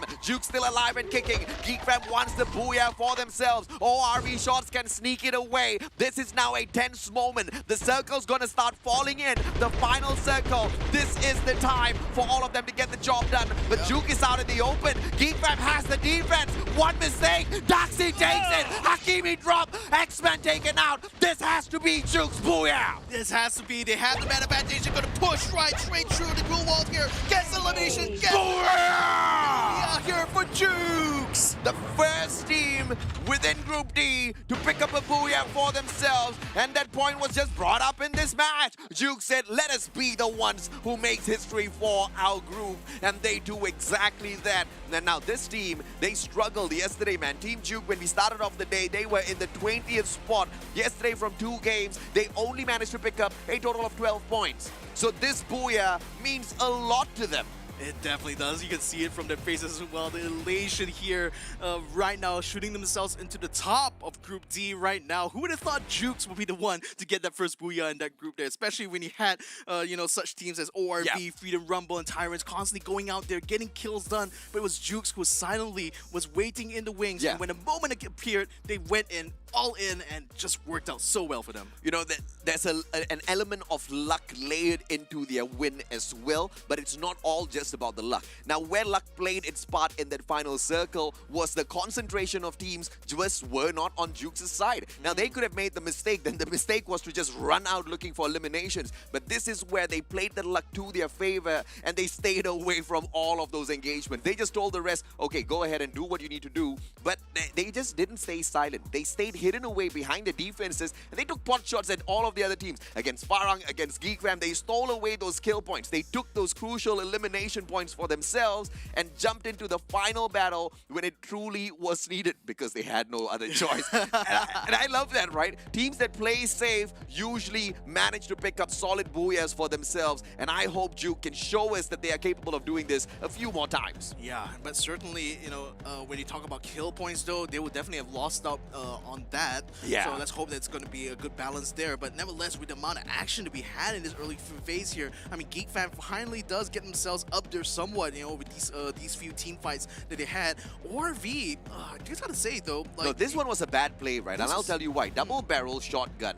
You get a single shot out of it, and you gotta clock it once again. And he went up against a Mag 7, which was an auto shotgun. So what it basically means is when Twist went in there for the jump, he cannot afford to miss. And he did exactly that. He missed it by a mile, and he got sprayed down, which was not unfortunate. It was quite apt in terms of the lesson that was to be taught in that situation. If you want to get aggressive, don't miss your shot. Exactly, you get punished, and punish yeah. ORV was, because it looks like 5th is only the best you can do here with 5 kills and 8 placement points. Team Juke gets the top of the board there because they do have the kills as well to complement their placement points. 22 is not a bad thing at all here for Team Juke. That's certainly going to shoot them up very, very far. But then, unfortunately, for some of these other teams like NC, the first team to get eliminated early on here. So I think they're going to have to make up a lot of ground in the subsequent matches. I mean, once again, NC's not the strongest team that you can find out there on the battlefield. What they've done so far has been impressive. So,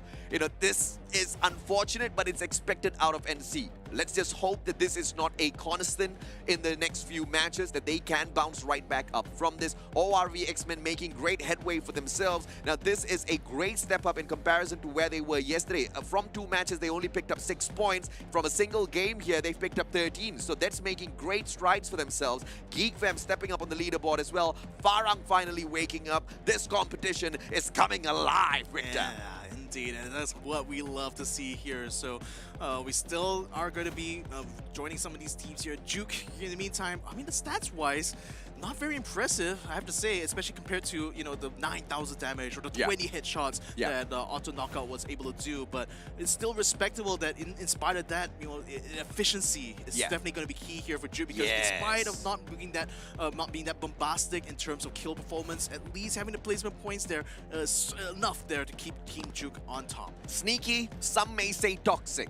And in the game of Free Fire, in the world of Free Fire, stealing kills Some say it's toxic, but I say it's playing the most brilliant game of Free Fire possible. Like you said, efficiency is key. They've got 4,000 damage, and they managed to get, what, 10, 12 eliminations? Sorry, 10 eliminations. Yeah. So overall, that's super impressive. And this was something that we were talking about yesterday, right? How some of those teams get a lot of damage, but very few kills. That means they're shooting like ducks in barrels, but all they manage to do is just scratch those ducks. Someone else comes and picks up the elimination point. That someone else is Juke.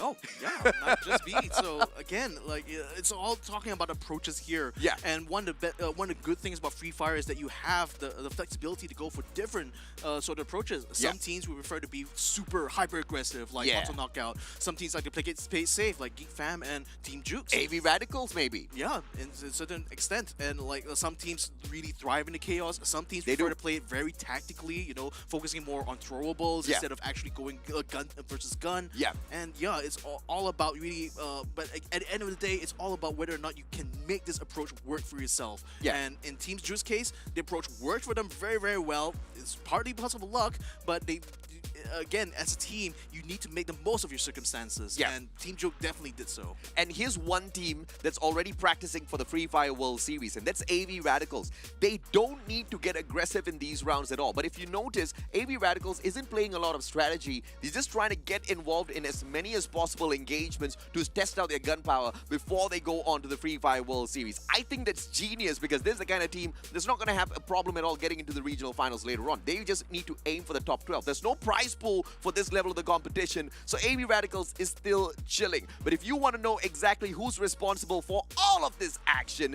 it's the one and only Snapdragon Elite Gaming, when winning matters. Yeah, indeed, and winning definitely matters a lot here in the Free Fire series at Snapdragon Pro Series. We also like to shout out to Monster Energy providing us the energy, the boost that's needed here to unleash the beast over at www.monsterenergy.com/gaming.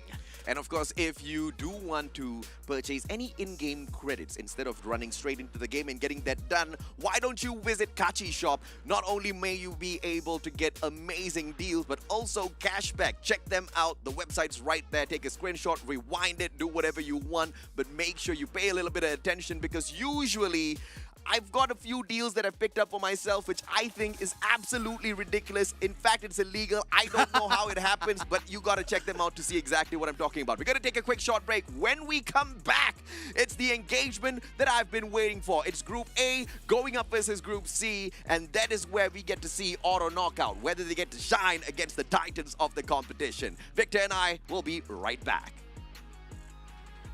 The Snapdragon Pro Series is brought to you by Snapdragon Elite Gaming, Monster Energy, and Kachi Shop.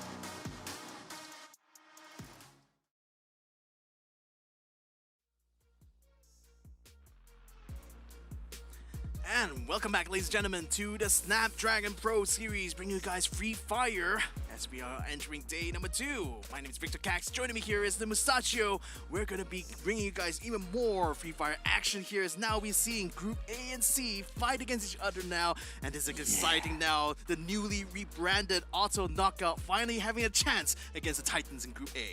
And I don't know if or not that's a great chance or the chance that will decimate Auto Knockout, because there are a couple of Titan teams within Group A that are eyeing for that #1 spot. And this clash is going to be the perfect condition to get that done, because not only do the teams need to pick up points to outdo the players of Auto Knockout, they also have to suppress Auto Knockout, maybe eliminate them very early on and pick up all of those elimination points as well as placements for themselves, because Auto Knockout sits down comfortably in that #1 spot right now with 74 points, but they do have a couple of matches played more than AV Radicals. Now, all of that is going to be changing today, as AV Radicals within Group A has got the extra chances to pick up those matches, and they are just 14 points behind them. 14 points in total, but 10 kill points behind Auto Knockout, which I think is definitely something achievable within these next few matches here. So this is going to be interesting to see whether or not AV Radicals will be able to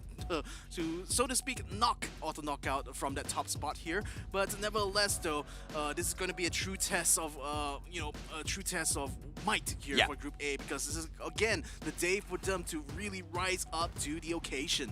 Farang, just like AV Radicals, are not too far away from Auto Knockout, and the ones who have a better chance, if you ask me, is actually Farang to take that #1 spot. And the main reason is because they have been focusing so much on the elimination points, and the placement points, on the other hand, has been something that has been very easy for Farang to do. Now, as long as they can get decently well into that final circle and then start popping off, the chances are there for Farang to rise up to the top. But Revenge, a team that we have been looking out for since yesterday, a team that has managed to pick up a single booyah for themselves so far, look like they are all ready to dominate day number 2 as well. The competition is finally finding its rhythm, and a lot of the teams who are out there on the play of dominance are getting all of that fire warmed up. Now let's run through the teams that will be playing this next series of matchup. 2 back-to-back games at Bermuda and Kalahari. Group A, AV Radicals, Farang, Revenge, Axis Esports, GeekFam, as well as Pando EWG. They get to take on Group C. Yeah, Group C comprised of Auto Knockout, Quick Reactions, Tactical Intex, Hard to Get, and K9 Meta, and Ilustrados Huegos. These are teams that, had some glory yesterday as well, and some past glory as well, particularly to Huegos there. But nevertheless, this is going to be now the chance for them to put a bit of hurt right now onto Group A. But is that going to be the case coming into this one, though? Because, like we said, AV Radicals, Farang, Revenge, they already are very much warmed up for those in those first couple of matches. Yeah. So now they're going to be up against a group that has been sitting on the sidelines for a while now. Definitely have been observing and seeing what these other squads have been doing. Hopefully, they'll be able to use that information to their advantage. And these are the 3 teams that we are keeping our eyes on. AV Radicals as well as Auto Knockout. They're clearly miles ahead of GeekFam, but we are also keeping our eyes on GeekFam because of the promise that this brand and this team brings into the competition. They've got moments of brilliance, but what they do not have on their side is consistency. But we did see how they managed to overtake ORV earlier on. There was one straggler from Freedom Rumble who was leading them into a trap, but they went into the trap. They walked into the trap with their eyes closed and still walked away the champions. Yeah, indeed. So we'll see whether or not that will continue on. But then for GeekFam in particular, it's still going to be quite a climb for them. Now, granted, they've already made their way to the first page, so that's already job done as far as like getting to the top 12 is concerned. Now, the question is, can they stay there though? Because NC, they had a little bit of an abysmal second round, so they can try to bounce back once they're coming back later on today. But I think for GeekFam, this is now a really good opportunity for them to actually gain a little bit more points, hopefully put them a little bit more higher up on that page right now, so that they will have a good, decent chance of getting to that top 12. So there's now no more any options for Group D to pick up a booyah because Group D is not playing. But Juke has managed to do that group justice by picking up a booyah for themselves. We will get to see Group D in action once again for the final 2 matches of the day. But now we focus in on the grouping that I've been looking forward to, because Auto Knockout, bro, yesterday they started off not just hot, they were like lava. They were melting down everybody else as they went in for the booyah. hitting a 39er. That's a record that no one else has not been able to not only break, but to approach. Exactly. So we'll have to see, because the thing about auto knockout is that, you know, they started off well, Yeah. but things tapered off massively by the time it got to the last match of the day. So Yeah. I wonder whether or not they will have that consistency, because again, you know, even though you may have moments of brilliance, Yeah. consistency is what we're looking for in these group stages. You know, you cannot afford to drop games massively like that. Yeah. So we did see that happen with some groups like Geek Fam, with some groups like AB Radicals. Now it's going to be up to auto knockout to really show that they have that consistency. Yeah. And you know, now that they're up against a really strong group, this is a perfect test of their abilities. And of course, you've heard all of our predictions. You've heard of all of the teams that we've got our eyes on. But the question here is, who do you have your eyes on? Jump on into Twitch. This is exactly where you get to tell us exactly what your predictions are. And if you are the ones who are lucky enough to choose the right team, you don't win anything. It's just a lot of bragging rights. Indeed it is. But you know, bragging is going to get you so far, really. It's results that are the most important Oh, here. yeah. And results are going to be coming up soon here, ladies and gentlemen, because now we are live on Bermuda. What is going on here? This is looking very crowded at the moment. Meta seems to have dropped in front of where... Okay, we just jumped away from there to look on Geek Fam here, and Hakimi actually took quite a lot of damage, so it seems like they really didn't want to go into those early game engages. They want to actually get a little bit more more loot, actually. Luegos, right now, they're the ones who are facing a bit of trouble here because it's a very crowded shipyard area here. There's plenty of cover and plenty of maneuverability, but they need to be able to spot out the members, the enemy out here, and it can be a bit tough here, especially when you're playing a dangerous game of hide and seek. Very early on, we can see the teams jumping on into action. A little bit of a change of pace in comparison to the first two games. And a beautiful ice grenade dropped in here by Yado. Presco taken down. He was already low on HP. Barely any medkits on him. Could not recover in time. Couldn't pick up no medkit. Yado with the perfect play. And that's how you recover some of your dominance inside of a compound. Now McRory, constant circles around and delete. Can't find the opportunity to delete him just yet. And the trigger discipline is perfect here, because if you do shoot with this gun, you're not going to be able to get an immediate knockdown, but you need to wait for the timing. And that was patience played perfectly. And McRory pulls out the time turner, but the amount of the mag size on delete is just way too much. That LMG putting on way too much of damage. McRory's about to be deleted. Yet another time turner pulled out, but the backup here by Yado is perfect to nerf him for an instant moment. He should have tapped, I think. Not try to go for the spray, because the spread can get super wide if you constantly hold down that trigger finger. So kind of bad move as well, maybe. But then again, he was up there, he was spotting them, and now Uegos is going to go ahead and try to use his advantage here to try to eliminate the rest of Meta. They're going to be chasing them all around this shipyard. He thought he could catch McDo, but McDo 180 around, gets a knockdown instead, and MacD putting down McDo. He's going to be able to eliminate the rest of them, and looks like Meta loses a little bit here, but now McCoy is going to try his very best to stabilize this. Does get eliminations done on members of Wacos, so at least there's a little bit of punish going on, but nevertheless though, Meta still down to one member. Well played by McCoy, having one of the best CQC guns in terms of engagement capability and the rate of fire. The P90 is a monster. There are a couple of guns that can outdo them, but when you take a hot drop, you pick anything up, bro. You pick anything up that works, and the P90 in that situation was more than enough to get him a double. And now that has forced Illustrados to think about their approach.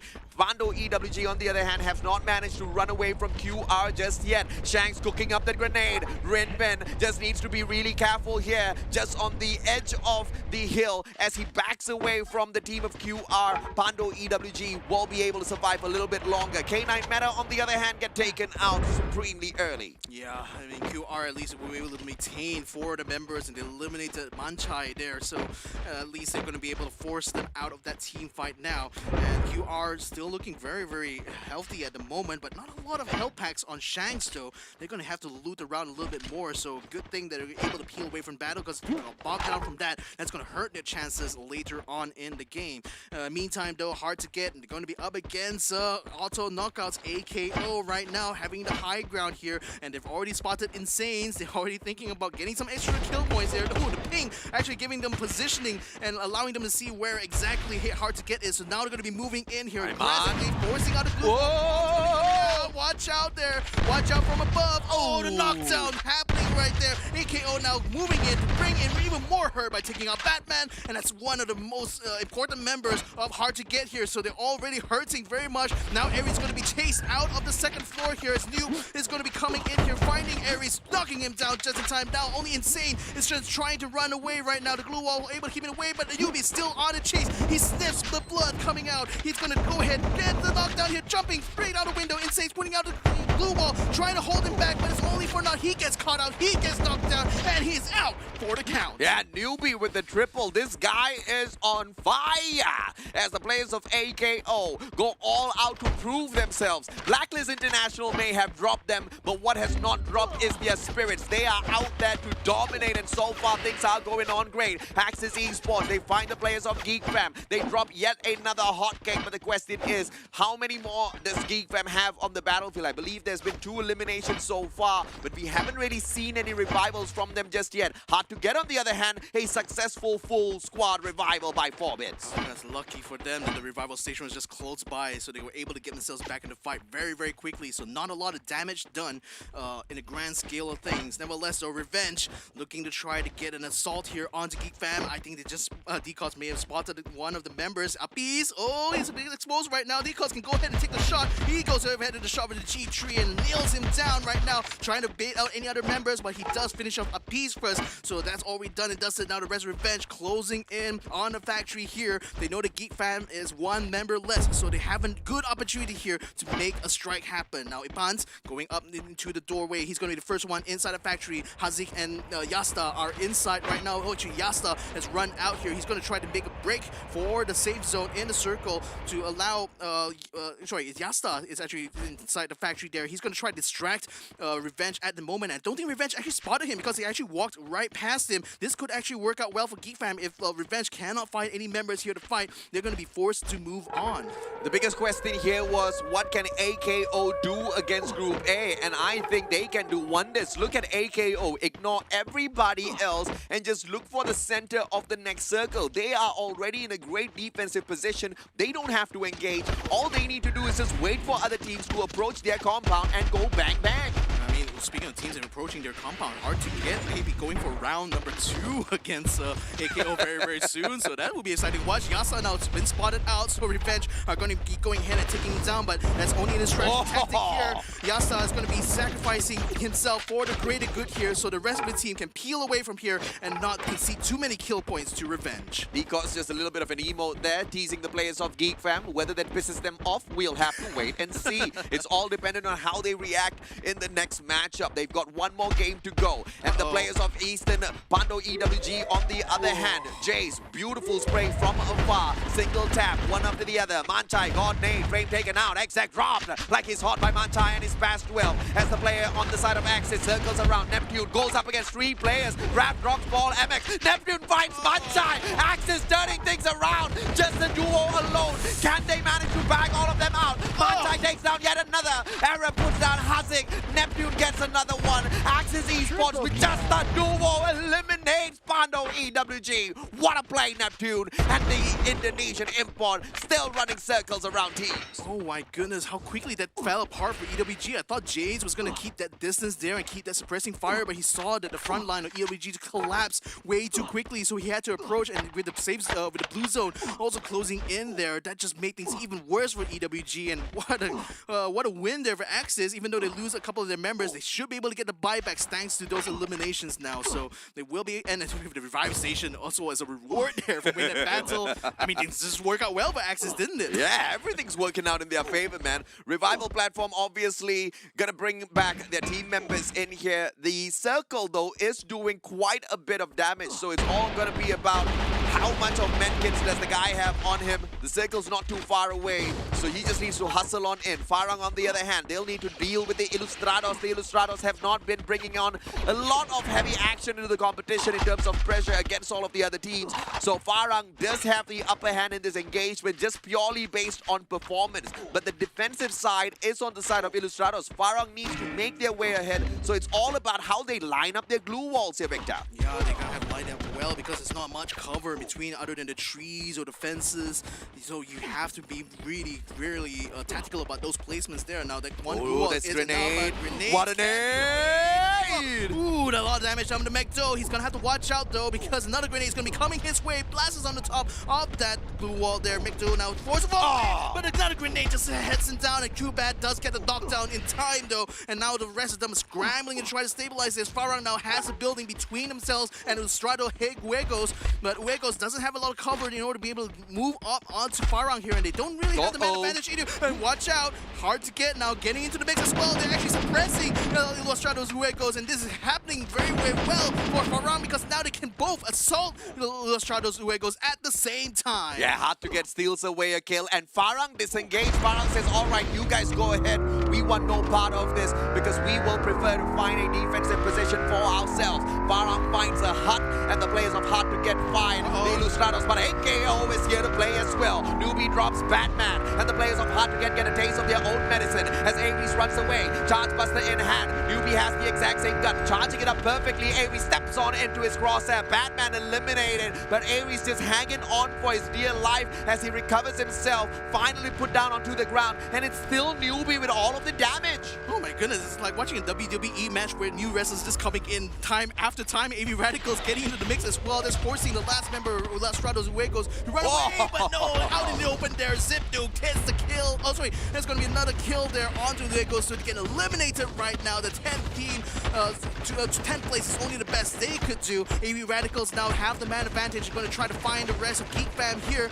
Only one member is appearing on my screen right now. I wonder if they know where it is, but the thing is, AKO is also engaged in this battle using the glue walls to try to keep themselves between themselves and AV Radicals. Newbie, almost get caught out 2-1. Oh! Shotgun straight to your face there, 2-1. AKO does Newbie, still putting in the hurt there onto AV Radicals. Now they're trying to recover things here, but AKO does have slight advantage here. But unfortunately, the knockdown there is going to eliminate one of the members in this fight right now. Newbie, he's caught out in the corner. No, there's no way in, no way out. The blue wall's going to get busted down with this little throw there. He's not going to be long for this wall. Once it cracks down, he's going to be out and auto knockout out of the competition. And that's the answer. Auto knockout can go ham against all of the rest, but when Group A drops on in for the action, auto knockout gets the KO for themselves. ITX, on the other hand, holding on for their dear lives, but they are doing great against Revenge so far. Nell taken out of the equation, but still 3 more players stand tall, and they go in straight up for Top. Now, Kemal and Top, he has got a good gun to sustain the CQC, but 2v1 is just not enough for him. Shook drops him like it's hot with a charge buster. Yasta from afar gets one player from the side of QR, but a lot of time for recovery here. But AV Radicals moving on in to finish off QR, which means Geek Fam can eat up the players of AV Radicals. Busy like bees are AV Radicals right now, but no one's going to want to watch out though. Oh, unfortunately, that's going to be a knockdown. Wine1 does get the knockdown to Shanks though, and Kazu is also out for the count. But then now AV Radicals a little bit in trouble here. They're going to have to fight inside this doorway. Blue Wall sent up here so they can get a revive now, but then QR are going to be taking positions right up on the first floor. So it's making a little bit of a break right now, allowing AV Radicals to regain their strength. But now they have QR completely cornered in this building right now. Can they assault them though? No, it looks like they're peeling away right now because Geek Fam is shooting them from the outside here, and hard to get in the meantime. Gets limited because he bumped into Farang a little bit too hard there, and Farang does eliminate the last member of AV Radicals. Hazik knows Hyper's just behind that wall.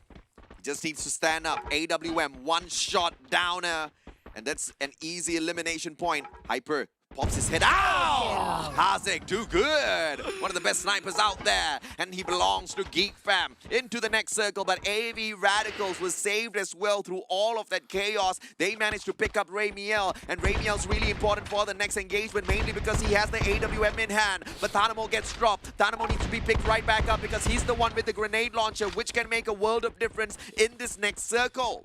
Yeah, north, south, east, and west. Farang on the north, Geek Fam on the south, AV Radicals on the eastern side. And in the meantime, Farang is spotting AV Radicals' blue wall, trying to break them down efficiently here to prevent any cover between them because there's not a lot of cover in this final circle here. So those blue walls, they need to burn them out as quickly as they can. Intex at the moment still locking a bit of battle because they bumped into Farang right now, who's fresh off that victory earlier on against another squad. Now the blue wall busters are going to be coming coming out to force out any more of the glue walls to be burnt from ITX here. Shook still able to hold his own for now, but Jezebel unfortunately going to be forced to fall back a little bit, and right up against the edge here. Ooh, the circle landing close to where Farang is, so they don't really have to move position, but that's going to put Geekfam a little bit too far out. They're going to have to wander out in the middle of the field, and that's going to put them right into the sights of ITX. Ramiel from afar knocks down a player from the side of Geek Fam, and Mocha takes Apis out of the equation. Ramiel secures that elimination point, and Hazik out of the equation, which means Geek Fam is nerfed. Farang, on the other hand, still trying to keep a hold on them. Tactical Index went in for that engagement, but they backed away. Good grenade by Jembal. Ritu's down on the ground, but Wine trades out Jespu. Jembal takes Ritu's out of the equation, but Farang down by 2 players. Jembal and 2bad have to get the job done, but Jembal himself gets taken down. It's Ramiel, the guy that got picked up earlier on, and that AWM doing so much of damage from afar. AB Radicals with 2 more players alive and kicking. They're doing a number on the players of Farang, but it's Tactical Index with the advantage here. They've got more numbers on the battlefield in terms of a squad. And Geekfam is just hiding, waiting in the wings there, just waiting the last possible moment to join in this battle as Farang gets themselves eliminated now. So 3 teams still remain. It's going to be ITX, AV Radicals, and Geekfam. Oh, unfortunately gets himself caught out there on the side. So it looks like it's down to these 2v3 right now as ITX moving on to Tinamo. Tinamo right on the outside here. It's going to try his best, send some grenade out, but no, he's out and exposed. Remiel one last man standing, I think, for AV Radicals, and now he's going to they take the booyah. Tactical Index. Dude, I'm mind blown, man. 9 different rounds in the competition so far, and 9 different teams have picked up the booyah. Tactical Index, the 9th team.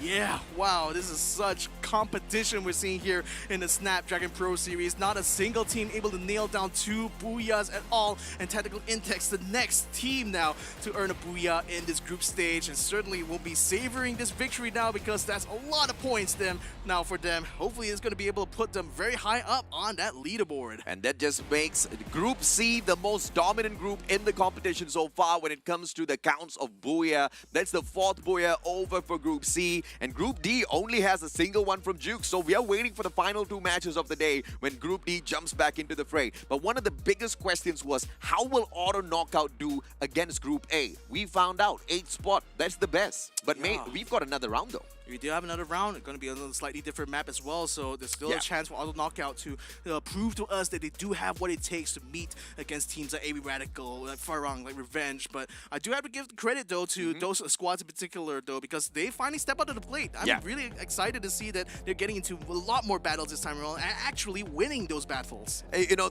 the most impressive team for me, hands down, is AB Radicals, because you can see the other teams kind of playing, you know, the safer path and the safer rotations in towards the next circle and the following one and the following one. AB Radicals just runs in a straight line.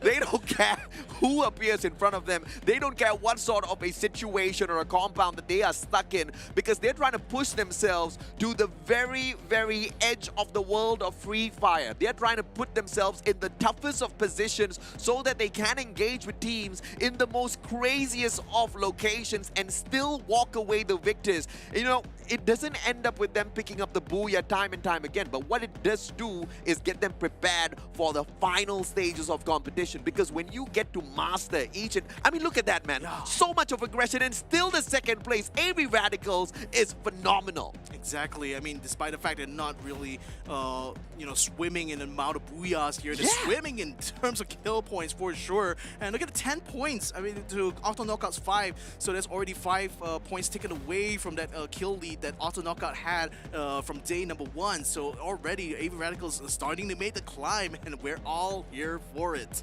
And the question is, with this phenomenal performance of AB Radicals, even without that booyah, 2nd place in 10 eliminations, 19 points, is that enough to replace the players of Auto Knockout from the number 1 spot? I highly doubt it, because it's just 11 points above them. So Auto Knockout has been able to put a little bit of space once again between themselves as well as AB Radicals. And hot on their heels of AB Radicals, we still do find Farang on the overall leaderboard earlier on. We did see AB Radicals and Farang in very close proximity with each other. Quick reactions caught up in that 2nd place by the end of yesterday, and they're still keeping up in terms of pace with the rest of the teams out there. 11 points isn't anything to shout about, but, you know, they'll take that. Yeah. I mean, yeah, again, you just take every single point you can get, and so far, I mean, Auto Knockout does have the advantage of, having that lead, so they can afford to, lose out some points, but they cannot afford to lose too much. Technical index, though, damage 5,000, 3 headshots only, though, but it's still enough. It's still enough for them, in that final circle battle here to be able to take that booyah, and hopefully that's going to be more than enough for them in this competition. Yeah, shout out to production. I don't know how are they getting the every single round's leaderboard prepared so quickly in terms of graphics. So you guys absolutely rock. Snapdragon Pro Series for the win. But at the end of the day, what I want to highlight is production with their camera work. We did not miss a single engagement in comparison to yesterday, man. We caught every single bit of it out there on the battlefield. So shout out to all of the observers. They've been doing a fantastic job in here so far to highlight each and every single one of the teams as well as their best gameplays. Now, round number 1 for the players of Auto Knockout didn't really turn out all that too well against Group A. Let's go for round number 2 right after the break later on, because I'm really curious to see what's the hitback going to be from Auto Knockout, because not only is this their second day, but it's also their first day under the brand of AKO after being dropped by Blacklist International. When you're dropped by such a huge organization, it will take a toll on your mental health. You are going to be discouraged. So I do not think that a little bit of a downside in terms of performance is going to be a huge shocker. But if they can still perform well after being dropped by Blacklist International, that will show the true worth of the players of AKO. Exactly. I mean, it's again proving grounds for AKO right now to really show off the potential that we saw from them from yesterday here. Yeah. So no doubt it is a little bit disappointing that they got completely wiped wiped on the floor there by Group A here. But nevertheless, Kalahari is a different map. They can definitely show that they do have the ability to come back from even these kind of defeats here, and that's exactly what we want to see, right? But conversely, for AB Radicals and Farang, I mean, they're now climbing up. They've already recognized that yesterday was a bad day for them. Yeah. Now they're just starting to put in even better performances here, and hopefully this is going to result in a very, very tight race for the top. Tight race, but let's see exactly what the players of Tactical Index have to say. We've got an interview segment. Let's hop on onto that and see exactly what happens. Berjaya untuk mendapatkan Buya. Adakah Tactical Index lebih selesa untuk mendapatkan top 12 untuk mara ke peringkat seterusnya? Saya tak yakin tu. Oh, tak yakin dah? Tapi insyaAllah lah. Kenapa agaknya tak yakin tu? Sebab banyak masalah tu. Banyak masalah. Apa Banyak tu? masalah. Cuba cerita sikit. Sebab yang satu, kita orang semua main online. Kita orang tak boleh datang kat satu tempat. Lagi satu, masalah lain lagi. Tapi insyaAllah lah Tactical Index akan buat yang terbaik. Jadi saya ingin bertanya kepada Tactical Index, selain daripada pasukan anda, pasukan manakah yang anda rasa akan memberikan cabaran yang paling hebat dalam Snapdragon Pro Series ini? Axis. Kenapa tu? Sebab Asyik kan, dia pandai analisis. So ada kan dia buat benda-benda. Ada something tu, ada something yang disampaikan tu. Lain macam je dia. Lain macam tu. Habis ada apa-apa soalan yang tanya? Tak ada apalah rasanya. Cukup lah banyak lah tu. Okey, jadi mungkin ada apa-apa yang Zabnu nak katakan kepada peminat ataupun kepada semua penyokong-penyokong Tactical Index. Itu dah lekik. Aduh. Katakan thank you lah support kami. Teruskan support kami lah. Alright. Okay, baik. Thank you Zabnu dan semoga berjaya di perlawanan yang seterusnya. Alright, all the best.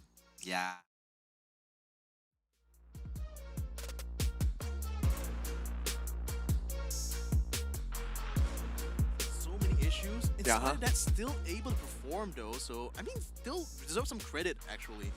I really love how he does not get a little too egoistic with the booyah, right? And he's still very much down to earth. He's like, yeah, we won, but we're not too excited with the win because we don't know. Because this is going to be a tough competition. There's so many great teams striving to make it through to the regionals. Only the top 12 and they're not so confident. But what I do like is how humble he is, right? And Tactical Intex, although they're not the most dominant team, they've got the tactics. No pun intended. They really do.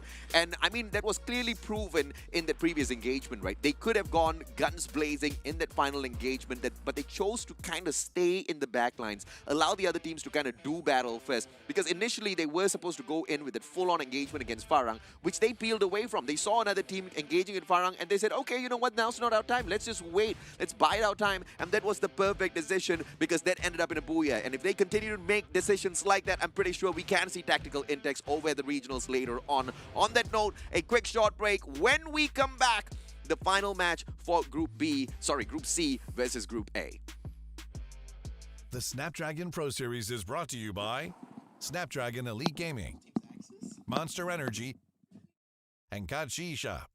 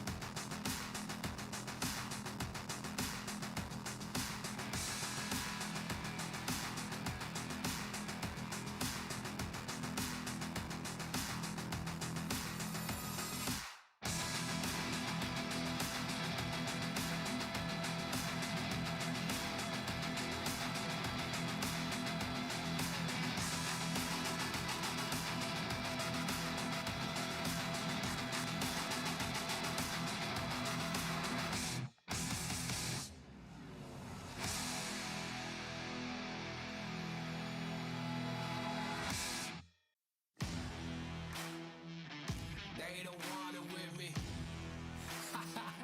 You got a problem with me? Love, you don't want it with me. Man, you won't ever stop me. Who y'all really got a problem with? Who y'all really trying to solve it with?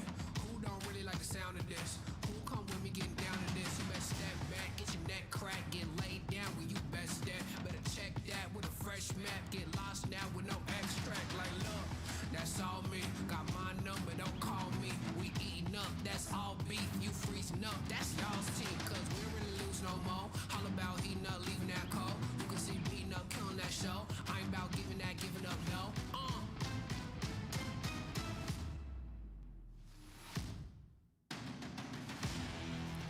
Nah, cause they don't want it with me. Look, you got a problem with me. Look, cause y'all don't want it with me. If you start a fire with me, then you never gonna stop me. Sound the alarm. We about to go on. You getting it wrong. Time to go on.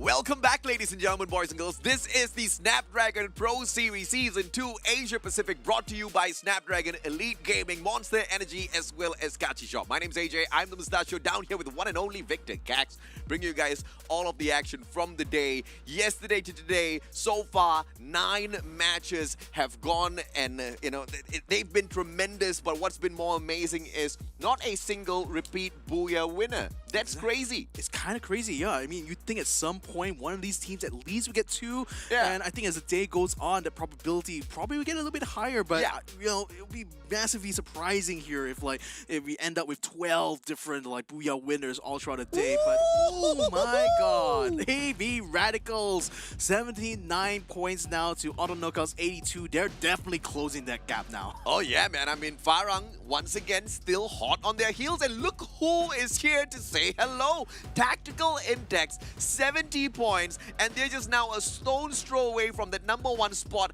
And Tactical Intex was saying that they're not confident to finish in the top 12 by the time we're done and dusted with the group stage. Are you kidding me? Talk about being humble, Victor. Yeah, I mean, I guess they're just being realistic, you know? I mean, again, from the sounds of that interview, they are certainly experiencing some issues, but, you know, the fact that in spite of those issues, you're still able to make it up to the top, you still have to give some credit to Tactical Intex here. I mean, they're only 3 points behind Farang, and Farang, conversely, only about 6 points behind AB Radicals. It's getting very, very tight up on the top here, and I like this. This is just going to show how competitive this region is when it comes to Free Fire. That is something I most definitely will agree with. Revenge on their slow climb up to the top, but they will have to patiently wait, ladies and gentlemen, boys and girls. Why? Because it now's just not their time just yet, but they can't wait too long because this next game is their final opportunity of the day to climb a little bit higher on the overall leaderboard. If they waste this, they will have to wait till tomorrow, which obviously isn't the best of things to do. They're going up against Group C, and the greatest titan within Group C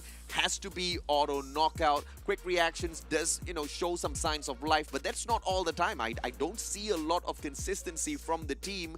A little disappointingly, because yesterday they were pretty much on fire. Yeah, they were. They actually had some really good battles yesterday, so I'm quite surprised we aren't seeing a lot of Quick Reactions so far. But granted, that was still first match here for Group C. Maybe they might surprise us in the next one. Kalahari, of course, is a very different style of game play that you do compared to Bermuda, so there might be an opportunity for Quick Reactions to actually make the most of it. And if I do recall correctly, I think Quick Reactions tend to have slightly better matches during Kalahari itself, so it remains to be seen so far. But what's for sure, though, is that Auto Knockout is going to have their work cut out for them right now, because in spite of the high that they managed to experience in day #1, I think that the honeymoon period, so to speak, is definitely way over at this point. So the question is, do you think Quick Reactions are going to be making their way up to the top as well, or do you think it's going to be some other team? Let us know exactly what your predictions are in our Twitch broadcast. You can hop on in there and vote for the team that you think is going to be able to rise up to the top. One of the other predictions that I'm looking forward from you guys as well is whether or not Auto Knockout will be able to maintain their #1 spot after this game, because this next matchup is where everything changes. It's the final opportunity for Auto Knockout to play their last game of the day, and it also happens to be the final match for Group A. And so many teams from the side of Group A are on the verge of dethroning Auto Knockout from that #1 spot. Exactly. I mean, now they caught up. They're only like 3 points away. I mean, just a simple. If let's say you sneeze and you're in the #1 spot, right? So the margins are just too close now. If there's going to be any moment that Auto Knockout needs to have all hands on deck, it is going to be on this match right now. Kalahari is up next. We're going live with our players right now, and look at Meta K9 already caught up in another battle right from the get-go again. This time, though, is up against Tactical Intex, and Tactical Intex seems to have them quite surrounded inside this corner here, this juncture. Not quite the best of cover here for Meta to get themselves eliminated one by one. Delete now trying to get himself out of trouble, but he's going to wander straight into the guns of Yanel. They're going to be chasing him down, trying to get a knockout. Not quite getting shots done, even though he had a double Uzi. That still didn't help him in this close quarter battle. The best end to a matchup with the Booyah, and the best start to the following game. But look at who's right behind them. One stray player from the side of Auto Knockout is here to say hello to the players of Tactical Intex. Question is, where has he hidden himself away? Nell now from the back. Zen-OP drops him like his hot with a P90. A lot of bullets in that mag. Zen-OP finds yet another. Look at the bravado of this player. Rushing on in. He gets Mocha as well. Finally dropped. And Zapnu saves the day. But the damage has been done. The rest of the players from the side of Auto Knockout, where are they? Because if they had flown in alongside him, they should have been able to catch Tactical Intex with their pants down. I mean, they might have just gone for the split up, you know. Maybe they're just going to go around and try to farm for possible kills, while the rest of the main squad just focuses on the looting here. So I think Zen-OP that's why he was so brave, because he knew that either way he was not going to survive that encounter. So he's going to see at least if he can get maybe one elimination point here to help the chances of his team. But unfortunately, K9 Meta, they were just already fresh off that battle with ITX, so they were already just kind of like in that kind of fire mode, so to speak. So they pretty much handled him pretty well. Spade spots a player out from K9 Meta. Presco might just become dead. Spade turns around at the very final second. He could have spotted him out.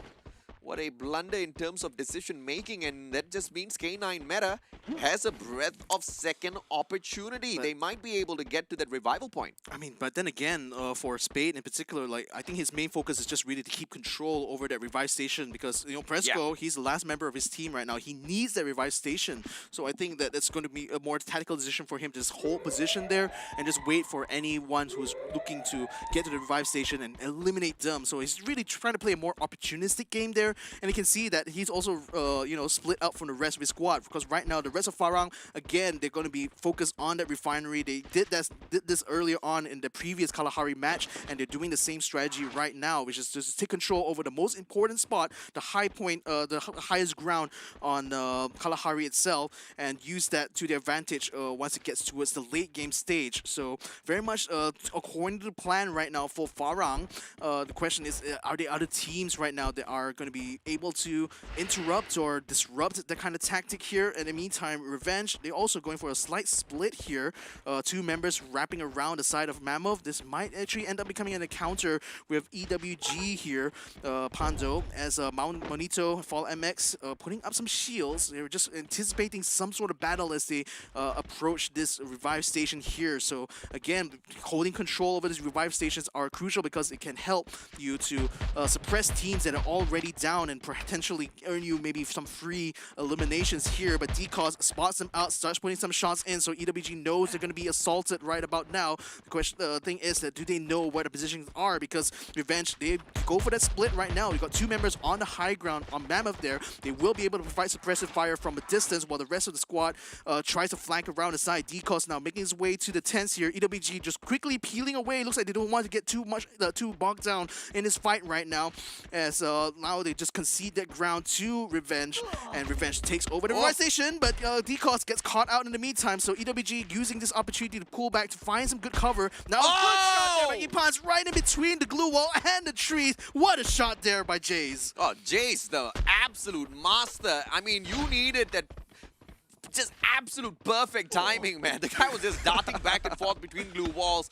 Guy takes a shot, drops him. Ipans just, I did not see that coming at all. But of course, not much damage done as they quickly recover their player, picking him right back up.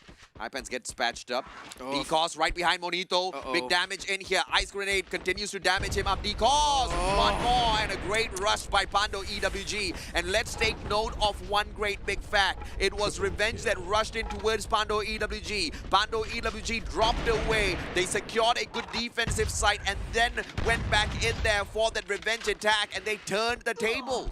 Wow, I mean, revenge on the Revenger, isn't it? Avengers, maybe, here for EWG, but right now, AB Radicals also has a member here, Wine1, has also wandered into this fight right now, so EWG not quite out of the woods yet. Ipan's, in the meantime, just holding out on the south side of Mammoth here, just trying to keep out of trouble to allow AB Radicals and EWG to sort this one out. Who actually has control over this revive station here is a very crucial point to kind of hold control of, but I don't know whether or not I don't quite know whether who has a better positioning at the moment, because just using that cover at the moment, just playing very, very tight tactics here. We see AB Radicals already starting to make some moves. One of the members going for that very far left-hand flank around the containers here. Oh, he's gonna get spotted though. The EWJs is gonna be caught out a little bit, and now he's in the world of hurt here. Puts up the glue wall to try to stay alive for now, but the rest of the members need to try to stabilize this fight here. Needs to try to find the other members of AB Radicals, but Tinanamon already spraying from a distance there, already putting some damage onto EWG, so it's putting them down quite a bit. EWG may be in a bit of a spot of trouble right now because AB Radicals seem to have this team fight right now on lock. Oh, smart play, Ramiel from afar. Pando EWG, they managed to get the tables turned a little bit earlier on, but against AB Radicals, I believe this is going to be quite the challenge. Ramiel, one more shot. AWM hits his foot, manages to knock down Monito as well. AB Radicals now, Wine, this is the best CQC player that you do not want to go up against, but the time turner is going to be protecting the players of Pando EWG. They break down the glue wall just to their detriment, and they open up the doors for Wine to knock down one, knock down two, and it's a beautiful wipe side by AB Radicals. Where was this AV Radicals yesterday? This is amazing plays here from AV. I mean, maybe they're finally woken up on day number 2. And wow, when you look at that, 24 points already. AV is on a roll now, ladies and gentlemen. And certainly, look at that. Geek Fam caught out in the danger zone. And look at that, not much cover in between as well. They're trying to huddle inside a structure right now. But I think the Stratos Luegos also knows that Geek Fam is there. So they're just keeping them suppressed right now. Glue Wall is going to try to be broken here by Yado as the rest of Geek Fam attempts to try to escape away. Now that the danger zone has already cleared out, now they can try to move out of the way. They're just running out in the open right now, potentially exposing them to danger. But fortunately for them, Uego's just holding back, just waiting to see where they're going to reposition themselves and plan the next line of attack. Yeah, good decision by McRory to back away because the guy had absolutely nothing on himself. No medkits, no grenades, no glue walls, which means McRory cannot get into an engagement. He needs to run away, but Haze catches his back with the AC-80, drops him like it's hot. McRory out of the equation, and Ilustrados now are gonna face quite a bit of challenge here.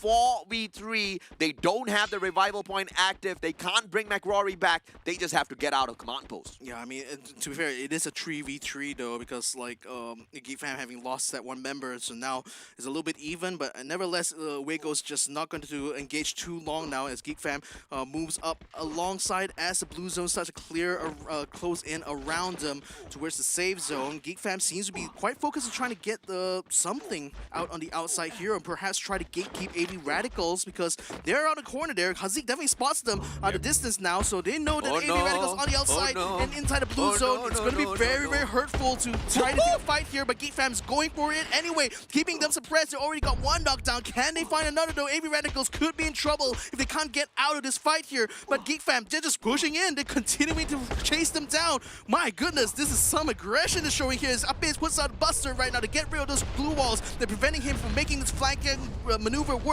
Geek Fam still trying to find even more knockouts here as they collide with AV Radicals. They've managed to take Wine down on the knockout right now, trying to find even more, but Upbase is already down as well. Meantime, look at that. They're just bringing out the shotguns here. CQC, it's going to be the battle between these guys, but they have to finish it as quickly as possible. This is...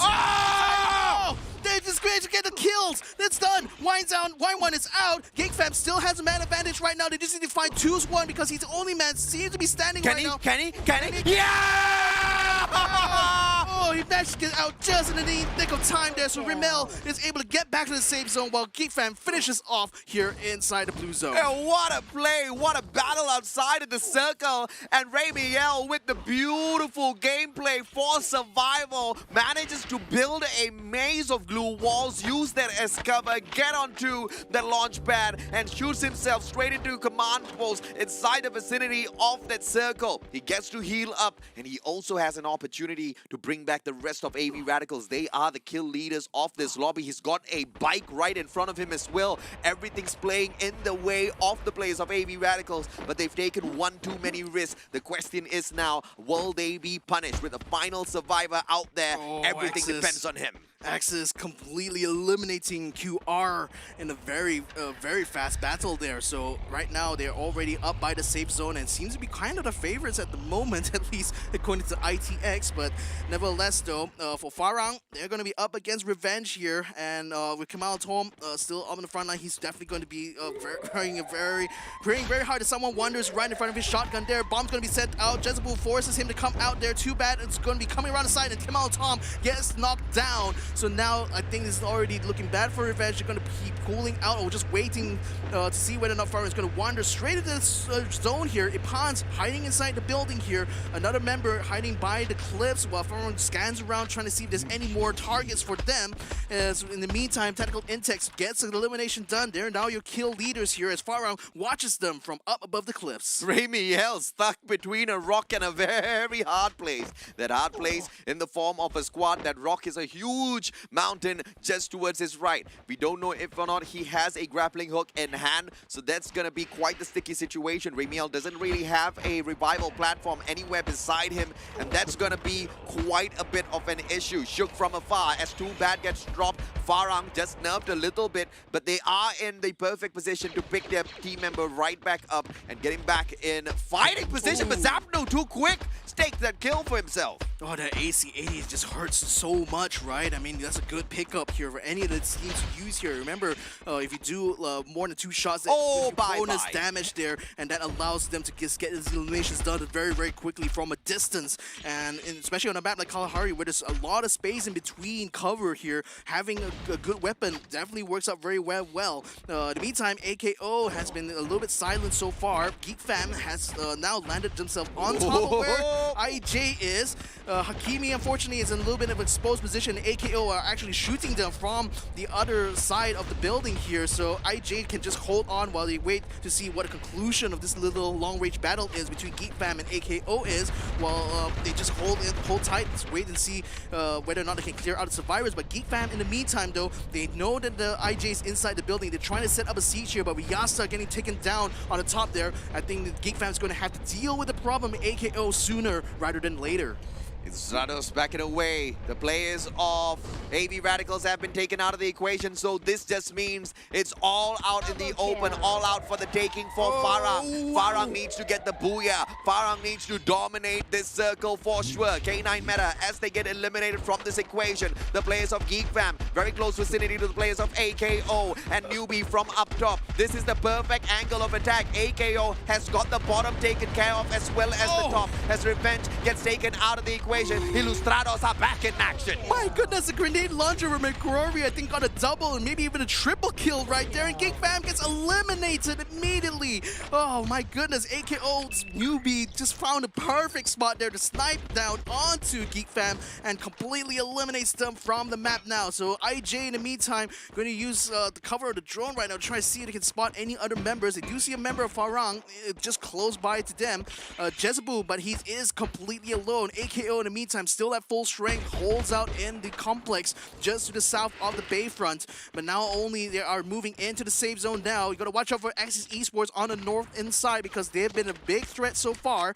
And right now, it's coming in very, very close. 5 teams still remaining in this circle. Farang needs 9 points more than AKO. Tactical Intex needs 12 points more than AKO. Can they dethrone that #1 spot, hold an auto knockout from this matchup in itself? This is the final game for Group A as well as Group C, and everything's on the line for the team AKO. Axis Esports from afar. Tactical Index will have to deal with Axis Esports, at least for the time being. Great Blue Wall Melter dropped down, and Raph has to deal with that. 50 more HP, pulls up more of those glue walls to barricade himself in, but down they go, one after the other. From the back, it is gonna be the players of AKO now teasing them as well. Exac gets taken out of the equation. Zapnu has got the grenade launcher in hand. Newbie drops Flame. It's just all out chaos on the battlefield. Yeah, so messy there. The amount of glue walls in between. Lisa providing some good cover here for ITX, who can afford to huddle behind this rock here while they try to take pot shots at Axis from across the street. But Axis now seeing the blue zone closing around them. I'm going to be forced to move out of position very soon, and exposes them to ITX. Walkout gets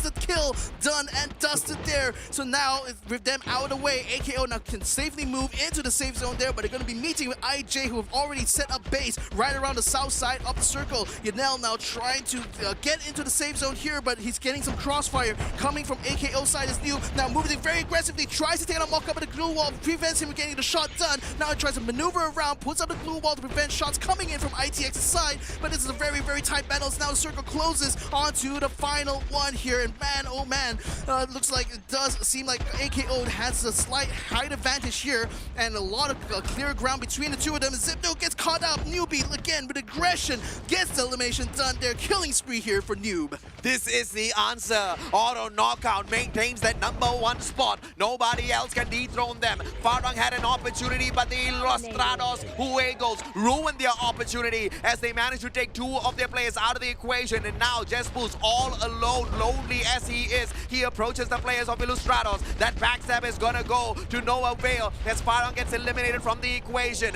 Newbie drops Fura. Yado goes down, and AKO gets the booyah, and they maintain their spot on that #1 rank, and they're the only team to get 2 booyahs in the competition so far. Woo! What a way to make a statement. Just when we were starting to put them down a little bit at the just a little beginning, now they finally step up to the plate, and wow. Newbie, still the monster that he is. The aggression, the positioning, the decisions that he makes. Timing, exactly. Too good. Too good. I mean, a couple of mistakes by Tactical Intex as well. I forgot the player's name. He had 3 grenades on him. He could have just tossed out those grenades. He could have made a huge difference for himself, but instead he just chose to go with the gunfight, which I really don't understand, because the grenade is just such a beautiful boon that is gifted to you in a game of Free Fire. The AoE damage, especially in the circle, that chaotic. I mean, you just gotta toss it, man, and just pray that it hits someone. Yeah, The probability is high. Exactly. If you save it and you don't use it, it's just wasted at the end of the day. So why didn't he do it? I mean, again, it was still very chaotic, to be fair, and probably the more focus on the gunfighting aspect than really just using those throwables. But certainly that just really saved all those glue walls with that final circle in there. And look at this one, 1-1. I mean, just a perfect setup there. All just huddled together inside that little glue wall circle, and it's just easy pickings here for the CQC master. Yeah, and AB Radicals, though, they did manage to go out, guns blazing, but they also went out back to the lobby, guns blazing, just a little bit too aggressive. But it just was so shocking to see so many of the teams who was close to dethroning AKO in that final circle. We're mainly talking about Tactical Intex and Farang. Once again, Tactical Intex needed 12 more than auto knockout. Farang needed just 9 points more than auto knockout. Both of them bombed out, and auto knockout got the booyah, which was just them standing up tall and saying, "Sit down, boys. We are here to run the show." Run the show, they did. Air guitar as well in the background there for one of the members Pillow guitar. of AKO. Oh, yeah, pillow guitar indeed. Wow, 28 points to Tactical Intex at 16. I mean, they're certainly going to keep them on top for quite a while now. AV Radicals only managed to muster a total of 7 points, putting them just ahead of Quick Reactions there. So, man, I mean, still ended up being a good match here for Auto Knockout.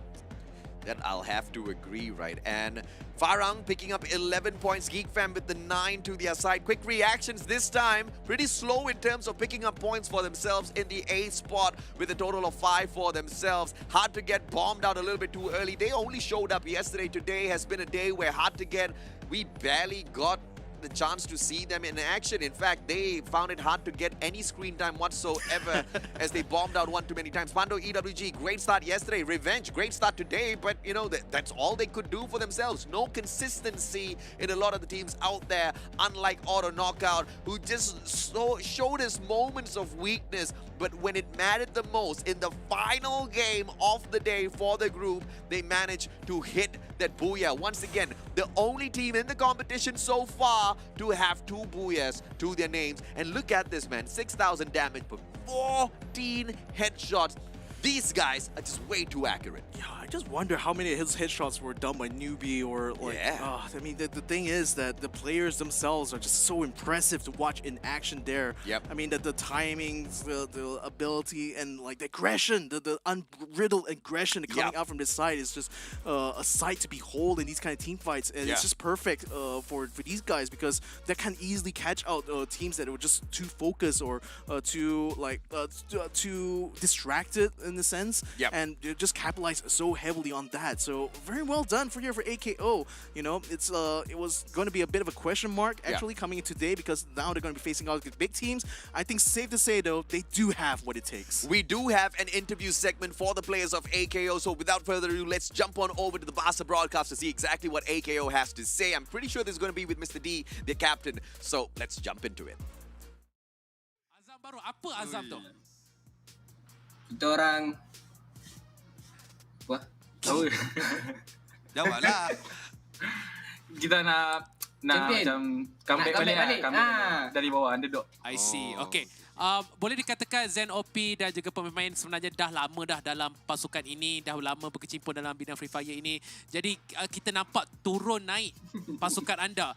Jadi apakah yang rasanya Zen OP ingin katakan kepada semua penonton di sana yang mungkin meragui kekuatan pasukan anda yang baru ini?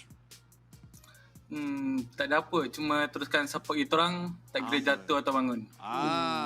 Okey, orang selalu mengatakan yang mana biasanya kalau orang yang dah berusia ni dah tak perform. Okay, ni yang saya maksudkan Mr. D lah. Tapi kita nampak dengan Mr. D kita nampak masih lagi ada bisanya. Jadi apa sebenarnya rahsia di sebalik kejayaan pasukan anda untuk sampai ke tahap ini? Doa daripada seorang Mr. D. Oh, doa Dan juga yang... semangat dia. I see. Baiklah. Jadi selain daripada pasukan Auto Knockout yang sekarang ini saya rasa di tangga pertama, agaknya pasukan yang mana yang akan memberikan tentangan yang paling hebat kepada pasukan Auto Knockout? Dan kenapa? AV, Farang dan juga Expand. Oh, kenapa tu? Kenapa? Sebab diorang ni adalah top 3 terbaik MCPS. Adakah sekarang ni Auto Knockout target untuk dapatkan top 12 ataupun terus top 3 supaya boleh layak ke peringkat seterusnya? Top 3. Top 3. Top 3 kalau terus rezeki lah. top 3.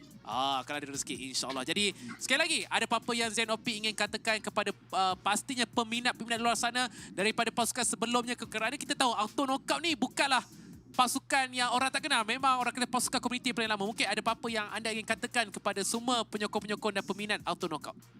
Manja. Terima kasih sebab support.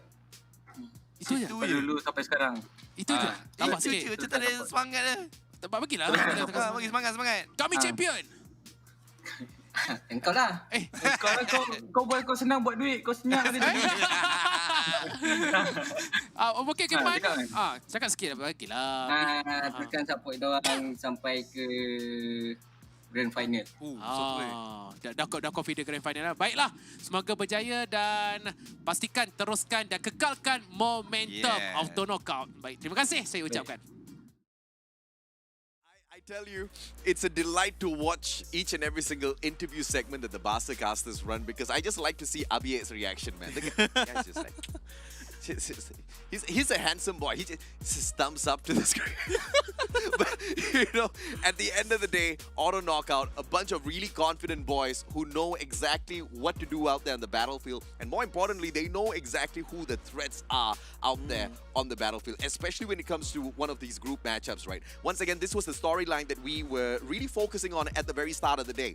What will Auto Knockout be able to do against the Titan group of the competition? Because they've thrown in all of the big teams into Group A, but they've proven that it means absolutely nothing to them. And ladies and gentlemen, boys and girls, if you're wondering exactly what makes all of this action possible, it's all because of Snapdragon Elite Gaming, our main sponsors for the competition, as well as Monster Energy, because it is all about what you pump into your system and output in each and every single match out there on the battlefield. Yeah, you unleash the beast there. Just Amen. inject the energy straight into your veins there. Check them out at monsterenergy.com/gaming. And last but not least, if you are running low on credits there, if you need a little bit of a top up, check out kachishop.com/my because they provide great deals for all the top ups for your favorite games and also discounts, most importantly, so you can get the bang for your buck whenever the next time you want to reload on your mobile games. So right after this, we still have got Group B as well as Group D, who've got 2 matches.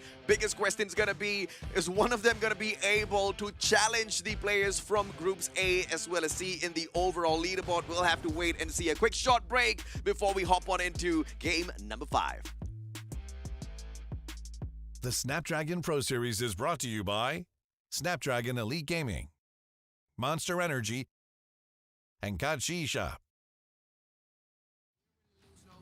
All about heating up, leaving that cold. You can see me heating up, killing that show. I ain't about giving up, no.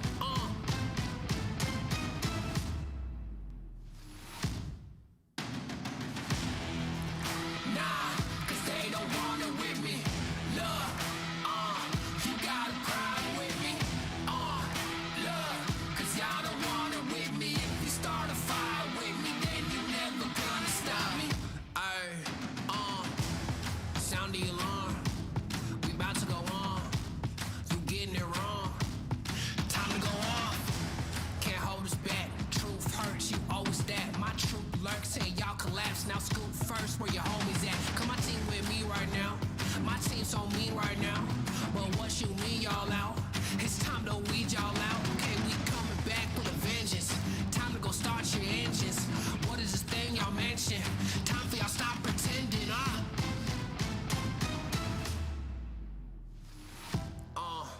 Nah, y'all can't do that. Where your crew at? Y'all can't do that. Nah. Where your crew at? Love, man. Cause now you alone.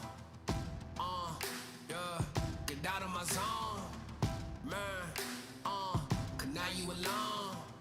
Love, get out of my zone. Nah, cause they don't want it with me. Love, you gotta cry with me. Love, cause y'all don't want it with me. If you start a fire with me, then you're never gonna stop me.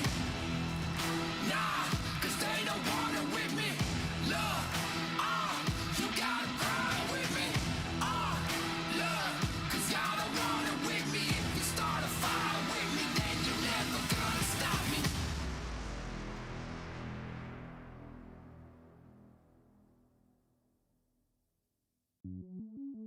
Welcome to the place where dreams come true. Where everything you want can be yours. If and only if you're willing to work for them. You're willing to hurt for them. But most of all, you're willing to be first for them. Ha! Look, I'm going straight to the top. I don't know how I would stop, like it or not. I got some goals that I'm hitting. You hear what I'm spitting? It's hot. Look what I got. Whole lot of passion and pain. The road to success is insane. Stay out my lane, cause I'm on a mission. I'm getting what stands in my way. Yeah, I'm a beast. I wouldn't play with me, baby. The way that I'm training is crazy, and I do it daily. You wanna talk about drive? I got more drive than Mercedes. I've never been lazy. I'm in the room, it's a red alert. You wanna compete? Well, get better first. I got 10 toes in the dirt, push through the hurt just to show them my worth. I'm the best. Yeah, I'm the best. I never stress. I know what's next. I'm who they test, like we playing chess. But I'm unimpressed, so now let me flex. Ha. Yeah, I'ma work through the struggle and hurt, cause I know my worth, and I gotta be first. Ha. Yeah, I gotta be first. Look, I don't want anyone's sympathy. I understand what is meant for me. I give my focus and energy. If it's meant to be, then it's meant to be. But mentally, I'm undefeated. They hear that and say I'm conceited. Like there's no reason. Like I don't beat them and come back again just to teach them that when you work under pressure, you reach higher measures. They'll try and bring you down, but you cannot let them, and only get better and focus on cheddar. Eye on the prize and you'll become a legend. Like, when I'm in the room, it's a red alert. You wanna compete, well, get better first. I got 10 toes in the dirt, push through the hurt just to show them my worth. I'm the best. Yeah, I'm the best. I never stress. I know what's next. I'm who they test, like we playing chess. Welcome back, ladies and gentlemen, to the Snapdragon Pro Series. This is Free Fire day number 2. We're now running to our last group now, which is going to be Group B and D. My name is Victor Cax. Joining me here is the one and only Mustachio. We're going to be your commentators. We run through these next 2 matches in Bermuda and Kalahari. So now that Group B is finally coming in the fold here, who's going to be the ones we're going to watch out this time around? I mean, Group B, Group D, all I can think of is the word bad. It's either we're going to see some really bad plays or some really, really bad plays, but bad in a good way, okay? It's so good, but it's bad for some of the teams who get eliminated a little bit too early. Because I'm telling you what, right? It's between Group B and Group D, and a majority of these teams are on the right-hand side of the overall leaderboard. And speaking of the overall leaderboard, let's take a quick look at the standings and see exactly how these teams fare. Because down at the very bottom, as you can see, 11th and 12th spot, Expand and Bloody Heads. These are the 2 teams out of Group B and D that are doing the best so far. And if they do manage to really hustle up, get about 30, 40 points, they can throw themselves back into the top 5. But as for the rest of the teams within Group B and D, they seem to be struggling just a little bit now. Yeah, I mean, again, it's a consequence of the way these groups are set up, right? I mean, Group A was absolutely stacked, so that really leaves the rest of it to try to fight it out in these other groups. But now that Group B is finally having a chance to get out onto the field here, I'm going to be expecting to see see whether or not Expand and Bloody Heads will be able to live up to that promise that they've shown before in day number 1. Team Juke as well, you know, they've bumped down to the second page now, but they're still in the top spot there alongside NC, so they also may have a good chance of coming back here, especially Team Juke, you know, making the most of the luck that they had in that round, which allowed them to get the booyah. Let's see whether or not they'll be able to keep this up as we go on. Let's take a look at the lineup of teams here from Group B. Warlords, K9 Esports, Paragon Spartans, RSX KTP, Bloody Heads, as well as Expand, which makes Group B the better group in comparison to Group D, because Bloody Heads and Expand are leading the fray. Yeah, indeed. I mean, Team Juke right now is on top of Group D thanks to that booyah and the amount of kills they managed to get,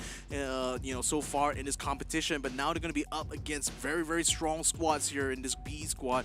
Let's see whether or not they'll be able to stay ahead of teams like Freedom Rumble, teams like NC, and the both ORV squads. So far, they've been providing quite a challenge here for Team Juke.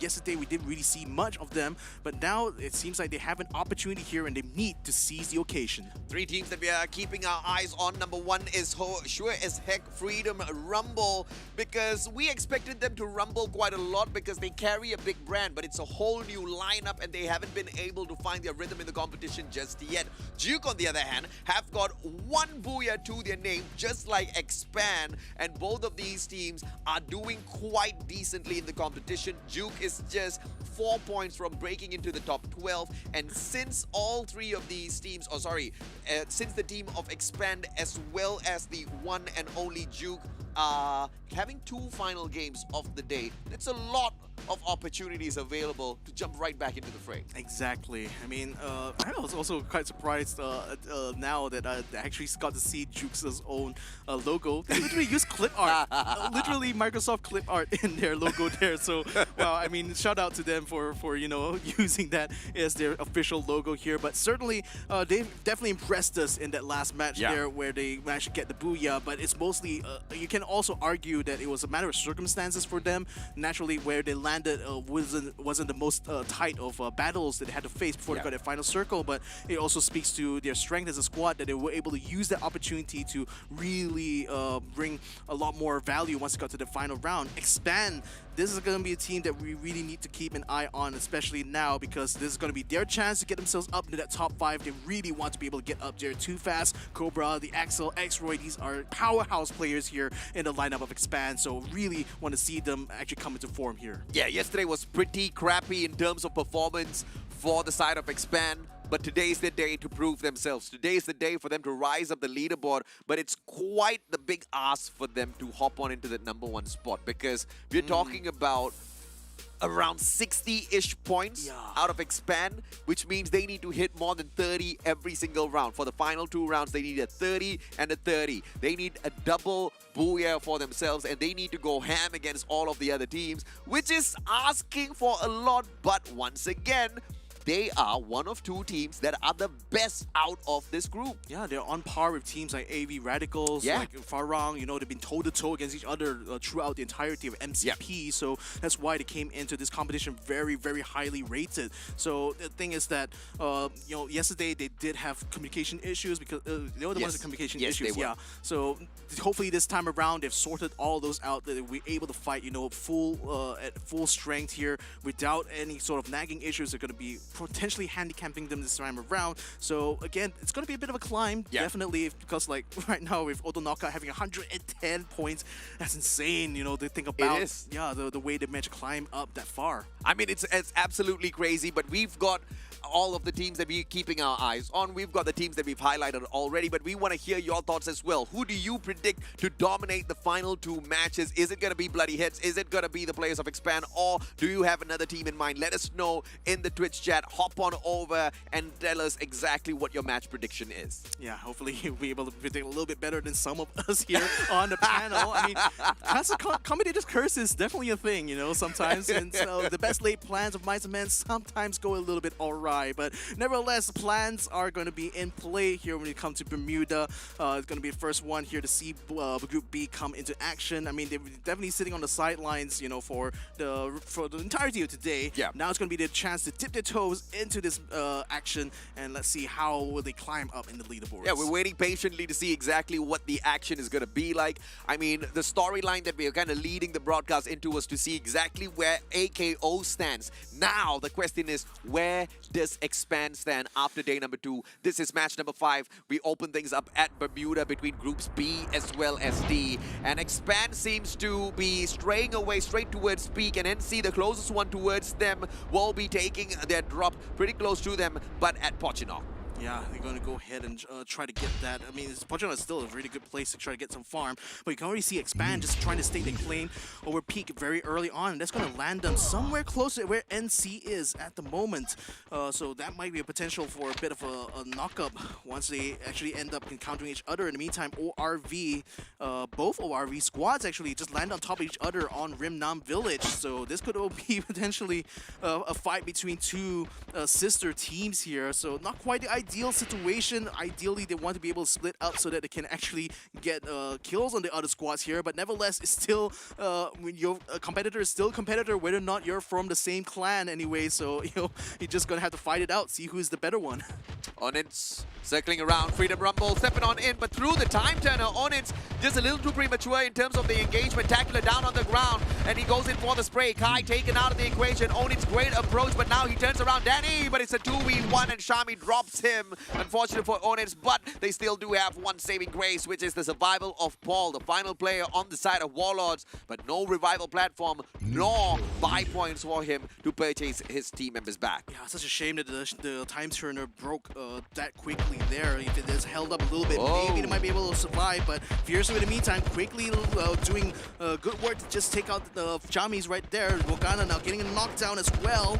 Now he's going to try his very best to hold on to position here. Mars Electric, they have the man advantage. Everybody left on alert, and Kai gets caught out as well, so that's eliminations all around here. 3 now for Bloody Heads. And Freedom Rumble says, thank you very much, but we are gone.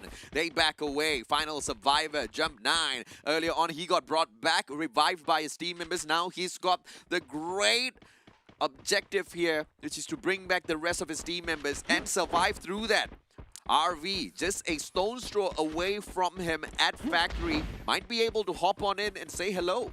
Paul also taking the safe route by going all the way to the edge of the map there on Sentosa to revive the rest of his squad and hopefully be able to get some loot to boot as well. ORV in the meantime, looks like it's going to be the Tyrants that gets taken out here as ORV X-Men are proving themselves to be the better of the 2 ORV squads at the moment, though they do lose Jabat Kids in the meantime, though it's still looking very, very much ORV's game now as they proceed on here.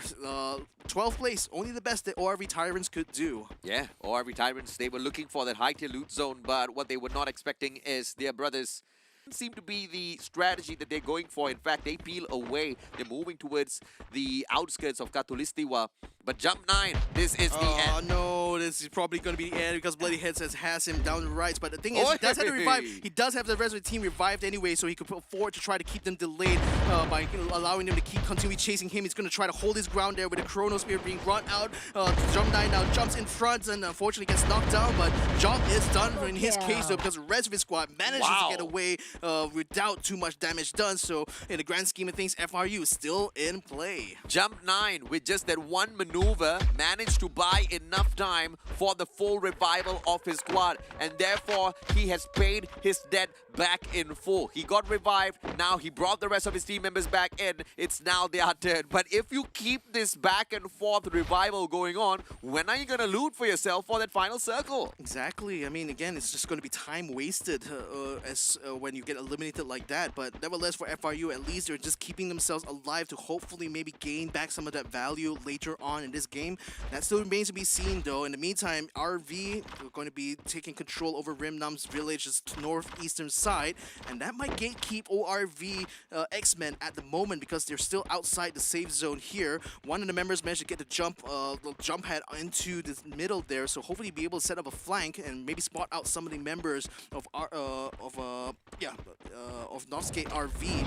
But at this moment, though, it's not quite a good position for them because they're out on the docks. Not exactly a good place for cover, and you can already see RV's Sia already keeping his eyes peeled onto them, forcing out the glue walls now. They're going to be assaulting ORV here because they know they have them gate kept with the blue zone right up, closing in on that village. Now it's going to be completely swallowing up the docks here, and that's going to be a really high time here for ORV to figure out how to get out of this mess right now because RV has a high ground. They have the safe zone behind them. ORV has to either figure out a way to wrap around or just maybe confront them in the attack. ORV makes the right decision here. They back away. They don't want to have anything to do with no escape RV, who have got that high ground advantage. In the place of ORV, on the other hand, they had the high to loot zone.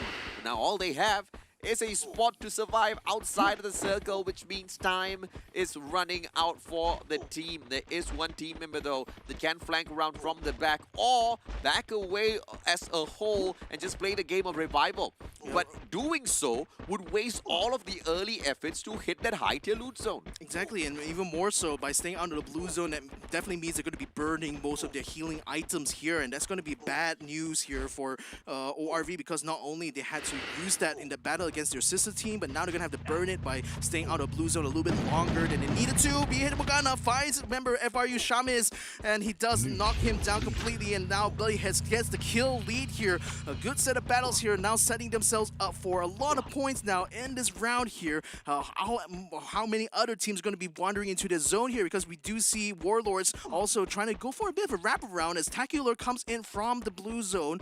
Now it's going to be right up in the southern side. He's going to be sponsored by the rest of Bloodyheads, who just completely pound onto him, but the rest of the Warlords are also being suppressing fire from the tower side. Invoker now trying to keep Bloodyheads suppressed while he allows the rest of his team to try to flank around here. Paul has already got himself a vehicle here. This could be this could allow them to reposition very rapidly, and they need to be able to get around where Bloodyheads is. Get into the fight right now. Diffusal around the corner there. Rolo is going to be regrouping on the outside, down by the cliffs, giving them a bit of cover. Diffuser going to be spotted out here. Morgana now trying to get a shot on the Invoker. Doesn't quite get a knockdown because the glue walls come out just in time. Paul now is going to try to hold his line, puts up a bomb there, trying to break down the glue wall, while Fiercer goes in front, takes a lot of damage here. He's going to try his very best to dance around the time turner there. The Tacular now out on the outside here. He is using the rock for cover as the Diffusal gets caught out by Onyx, and now Onyx going around here trying to find Fiercer as well. Cannot quite get a knockdown there thanks to the glue wall and the time turner. Now just dancing around here, but Fiercer finally gets knocked down here. Warlord still has not quite full strength in the moment as Paul gets himself eliminated, but nevertheless they are already putting a lot of hurt onto Bloodyheads. Mark has to get away as quickly as possible, and if they can bring the full squad right back, Bloodyhead will have a bigger opportunity to continue climbing up, or else it's going to be all in the hands of Expand. Remember, once again, Expand as well as Bloodyheads, they are tied at the 11th and 12th spot with 44 points apiece. Bloodyhead going down super early in the 11th place isn't going to fare the team well at all in the final 2 rounds available for them to pick up all of those points. But NC with a great rotation in, but unfortunate for them as they get caught in the process of Paragon. Paragon with a beautiful sprays. NC's Dino hops on inside and sprays Shin on down onto the ground. NC now with the counter attack against Paragon. Paragon trying to get away. Dino gets stuck in a really tight corner with all of those glue walls popped out already. Jim Quest gets a double for that RSX takedown. Paragon just eating bullets on the behalf of the players of NC. Courtesy of NC, player after player, they go down. Yeah, they go down. Oh, finally, Atsas gets knocked out, so there's now NC is down to 3. But then the thing is, Paragon only has 2 members still running around here. Bomb's gonna be set up, doesn't quite nail down too much damage here. While Dino finished off 1 more member of Paragon there, but nevertheless, Paragon very much in trouble there. Now that, look at that, the Ace is just going very, very aggressively to try to take over the position. Now try to find the last member there. Rain is trying to run away. The shot's coming through. The shot's getting through, and Paragon gets eliminated from the map. NC is a beast out there on the battlefield. They ran straight into Paragon. Paragon had the advantage in terms of the defensive position, held on to first, but NC with the overwhelming mechanical advantage over them. Bloody Head taken out of the equation just means that Expand can continue to dominate this grouping. They move on into the compound of Juke. Juke was holding on to that revival platform, but that might have just been the biggest mistake. They were trying to gatekeep the rest of the teams, but now Juke in a really tight spot. I mean, Daemoon is right on top of the nuclear silo there, so he can get some shots from down below. I'm not sure if like Expanse is aware of that at the moment, because that's a really good vantage point that Juke has. Unfortunately, Asta is facing a lot of pressure there because he's alone on the ground as a result, and now he's taking a lot of damage there thanks to Expand just constantly expanding into his space now. So Daemoon needs to try to do something to distract them, and yep, it looks like Expand just peels back there, and Asta is finally out of trouble a little bit, but now it's going to be Daemoon who is in trouble, because even though he's up high there's no way down, because what he does, Expand is ready to greet him with lots of guns blazing. Yeah, Expand making their way into the next circle. I like the strategy. Just make sure you've got the circle, make sure you take control of those defensive positions, and then look for those elimination points. It's just a much safer way to play your game. Warlord loses one player, all thanks to the Axel. Shots from far away with the AWM just way too accurate. Invoker taken down as well. Warlords getting chipped away one after the other. Paul exposes himself just a little bit too fast. Has got the Woodpecker in hand. Goes in for the double shot. Paul really low on HP. Tackler gets caught out in the open as well. But look at this. K9 just beyond the horizon. And Expand is being led straight towards them. Yeah, they need to try to finish this fight quickly though, because now they kind of focus on K9. A bomb is going to be sent in. Doesn't quite do the damage, but then Excel goes in, guns blazing to try to knock down Tackler. Gets caught out on the outside there. K9 actually is around the corner as well, but they don't have a line of sight at the moment to Expand, so they can afford to try to loot this this corpse really quickly here. But now they're going to have to focus on another attack here, because K9 is in the mix here. Yeah, Paul, final survivor, stays very quiet, so Warlords will survive a little bit longer. So extra placement points for them potentially, as K9 now is the unfortunate sacrificial goat that has been baited in here by the players of Warlord, leading Expand straight on in. But Juke plays a little bit of distraction. Roy spots the player right up on top. Daemoon now trying to return fire, and they manage to take Juke lay down. Cobra, sharp shooter. Oh my goodness, fell all the way from the top of the tower to down. I mean, man, that just kind of triggers my vertical a little bit, to be honest. But Daemoon still is up on top there, so he can afford to just hunker down. I don't think he himself has been spotted by any of these squads at the moment, and he can afford to stay there because it's still within the realms of the circle now. But Juke has played a long game here, unfortunately, because the rest here Expands starting to get some kill points in hand right now. K9, they're going to be finding a member of Juke's landing right into their midst right now, and I think Warlords gets himself eliminated with the last shot onto WL Paul, finishing off the last of the Warlords here. NC now trying to bring an assault here onto K9, as K9 puts up some blue walls to set up a defensive wall here. Set a grenade on top that does some damage onto Aces, forcing him to hold back a little bit on the aggression, but nevertheless NC continues to roll onto Superman, but Superman a little bit faster on the trigger finger. Unfortunately, he does get knocked down though, as Dino gets a double, taking down Superman completely from the mat, and a triple kill here for Aces here. NC now is your kill leader. Maki, final player left on the side of K9, and he stays super silent, but NC has a pretty big idea as to exactly where he is. They're going to try to flank around from the left-hand side as well as the right.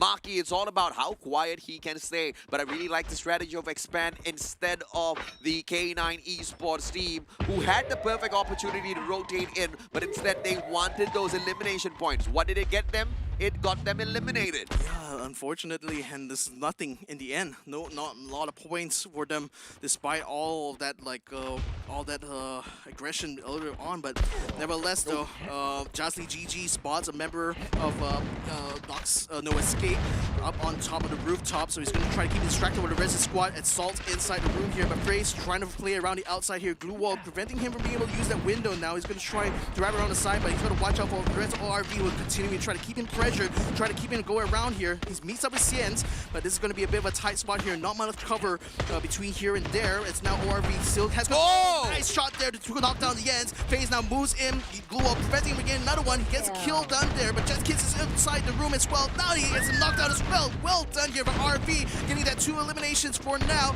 Now they're going to try to pile in here, and it's getting a bit chaotic, but at the end of the day here, it looks like ORV is losing a little bit, but they still managed to get a knockdown on the CS and do take him out completely. Triple kill for Shots. Yeah, Shots the man, just solo holding on to the fort of defense for himself, making sure he plays the game of survival. Cobra down on the ground, looks like he's gonna bleed out. No more recovery for him as Dino collects that kill. Axel drops Dino for taking the kill against his team member, and now it's Expand going up against NC. NC has got no man advantage against them. Axel backs away. NC with a barricade of glue walls, one after the other. Axel has got one of the best CQC guns, goes in for the spray. The MAC-10 just too lethal, up close and personal. Ace drops too fast, and that's a little unfortunate because he's the best CQC player on the side of Expand. It's now Roy and Axel. Cobra out of the equation. Roy and Axel are usually long-range combat specialists, and now they have to take the CQC, but Roy still manages to get Ace. They've got one more to go for. Dino with a good grenade, and all of them going to be pressured by the blue zone. And as they try to run away, RSX is going to be waiting for them inside of the circle. How in the world is X-Roy surviving this? Player who just get taken out too fast with a kill shot using the grenade launcher, and now NC gets himself eliminated with Axel, putting the final shot in with the anti-material rifle. Killing spree here for Axel, but the job is not done. Now they see RXX up on the hillside here. Chicey is going to be spotted out by the tree side. Axel doesn't quite have a good shot here. He's going to be holding back here while he waits for the rest of the team to come in here. X-Man gets himself eliminated with Jim Quest getting the kill done, so now we're down to 3 teams left here. We still have a member of No Escape RV, RSX also in the mix, but No Escape RV loses his last member with Jim Quest being caught out the outside on the danger zone, and now he is out for the count. 2 teams remaining, RSX versus EXP. The Chicey and completely takes down too fast now. Axel and X-Roy, Axel taking a lot of pressure from the flank now. X-Roy coming in, does get a knockdown on Rocks. Gappy now moves up, tries to eliminate, and does eliminate too fast. Now Axel and X-Roy, 2 members left, and Happy, the only member left of RSX, still standing for now, holding up behind the glue wall. 1v2. Happy has got no backup. CRC with the grenade launcher to make the biggest of difference has been taken out. Expand focusing on recovery rather than attack. And now that they've got full HP, they go in for the double. And the glue wall melter gets dropped. Happy right between the 2. It's a 1v2. And Expand secures the second booyah for themselves as well. They needed 30 points back to back. And I don't know if they got the 30, but what they surely have managed to do is answer the question. Is Expand going to dominate the final 2 matches? 1 out of 2? Heck yeah. This town ain't big enough for the 2 of us, and now Expand also picking up the second booyah is certainly bringing a strong reply now towards AKO, aka Auto Knockout. So they're showing that there's still a big threat here in this group. They're certainly showing the performance that we expected out of them from day 1 now. And with this booyah in hand, let's see whether the climb is going to be in play here for Expand. It's a phenomenal approach by Expand, and it's all about strategy. They are, you know, in Malaysia, there's this term called baba tanpa otak. You know, you just run into battle and you just go berserk by shooting all around you, spray and pray. That's what they call it in English, but it's not Expand. That's not how they function. It was just pure strategy from the start to the end. And, you know, it was all of those disengagements. When NC decided to stay and take that fight, Expand said, bye-bye, you guys deal with all of this nonsense. We want to look for that circle. And those kind of strategies gets you the booyah at the end of the day. Indeed, it does. And Expand, I mean, shout out to X-Roy though, like that kind of firefight that he had with the amount of glue walls around. I was just surprised he was able to hold on so long, because any other kind of player would have just get himself knocked down very, very easily. But he was able to dance around those glue walls like a cha-cha dancer, practically. You know, just it takes 2 to tango, but he pretty much can solo himself despite being facing a lot of pressure from all around there. So shout out to X-Roy there from Expand. I'm just curious as to how many total eliminations Expand ended this matchup with. They had 12, 2, so 14. 14 plus 12, that's 26 points. Close to 30, not so bad. 26 plus 44, you're gonna get 70 points. And just like that, Expand should be able to sneak into that 6th place. That is phenomenal. Yeah, it certainly is phenomenal. 25, fair enough. 25 points in total, yeah. 13 kills and 12 placement points here. So certainly it's going to help them a lot to get up into that top 5. And top 5 is already the goal here, Yeah. pretty much for Expand, given that they're only being able to play 2 maps. Now that 1 is already done, it's certainly on their way there. NC as well, putting themselves up on the board with 16 points there. That's certainly going to be exciting for that squad because they did pull up a powerhouse of a fight early on in that last circle there. ORV X-Men, you know, after taking out their teammates there, somebody somehow found that confidence to get themselves up into the top 3. So 13 points there, tying them up with no escape RV. I mean, when you've got a majority of the eliminations kind of, you know, just bagged up by the main teams in there, you're not going to have a lot to go around. Bloodyheads got lucky because they managed to get 6 eliminations onto their side, but where they got a little unlucky was just picking away a single placement point, which is not a lot at all. And look at this, man. This is kind of the supremacy that we want to see out there on the battlefield. 8,000 on the damage, 13 headshots for a total of, what was that, 13 eliminations? Yeah. Every single elimination was done from headshots as well. I mean, headshot damage, to be fair, and that doesn't necessarily mean that the headshots result in directly a kill, but I think that speaks to the accuracy that the players at Expand has. And it does. Yeah, and especially with the shots that we saw coming from them, it's certainly impressive. I mean, they've always been a great team. Once again, the best team in Malaysia right now is called Expand. They're trying to expand their dominance, not just in the official Garena scene, but as well as at the Snapdragon Pro Series. We didn't really see spicy plays from them, but today is where we get to see them hot and ready for action. 25 points from that first game. Now, if they can hit another 25 by the end of this next match, they're going to be in that second spot. And that's a lot of climbing, man. From the 11th place all the way up to 2, you jump 9 positions from 2 games. I'll take that. Yeah. But the question is, can they maintain consistency? Can they get the job done once again?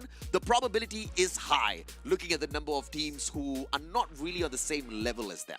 Yeah, that's the thing, you know, because you expect that some of these teams will be easy pickings here for a team like Span, but you know, the first day has certainly handicapped them a little bit in their journey towards the top of the leaderboard. But now I think this is the perfect opportunity for them to start to catch things up. I mean, now the target, you know, as you mentioned, is about 30 points. They kind of met that with the 25 points that they got in that last round. So at least if they're going to be able to get another 20 plus points in the next round, I say job is already done here for Expand. I have to agree with you, right? They don't even need a 25. They need like roughly 20. If they can just hit 20 points, they're all Gucci. They'll be in the top 3 guaranteed. But what's the play gonna be here from the side of Expand? Are they going to go ham? Because we saw the record being set by AKO with the 39 points. Mind you, Expand is quite the record setter themselves, but here's the only problem. They're not in their most favorite map. Alpine, Expand obliterates their opponents. Now, when it comes to Bermuda and Kalahari, they may not be the best team, but they're sure as heck one of the better teams out there. And once again, the groupings between B and D just makes it so much more easier for Expand. Yeah, exactly. And on that note, we're going to be taking a short break, but when we're back, it's going to be the last match of the day now between groups B and D. So stick around, ladies and gentlemen. The Snapdragon Pro Series will come back right after these messages. The Snapdragon Pro Series is brought to you by Snapdragon Elite Gaming, Monster Energy, and Kalahari.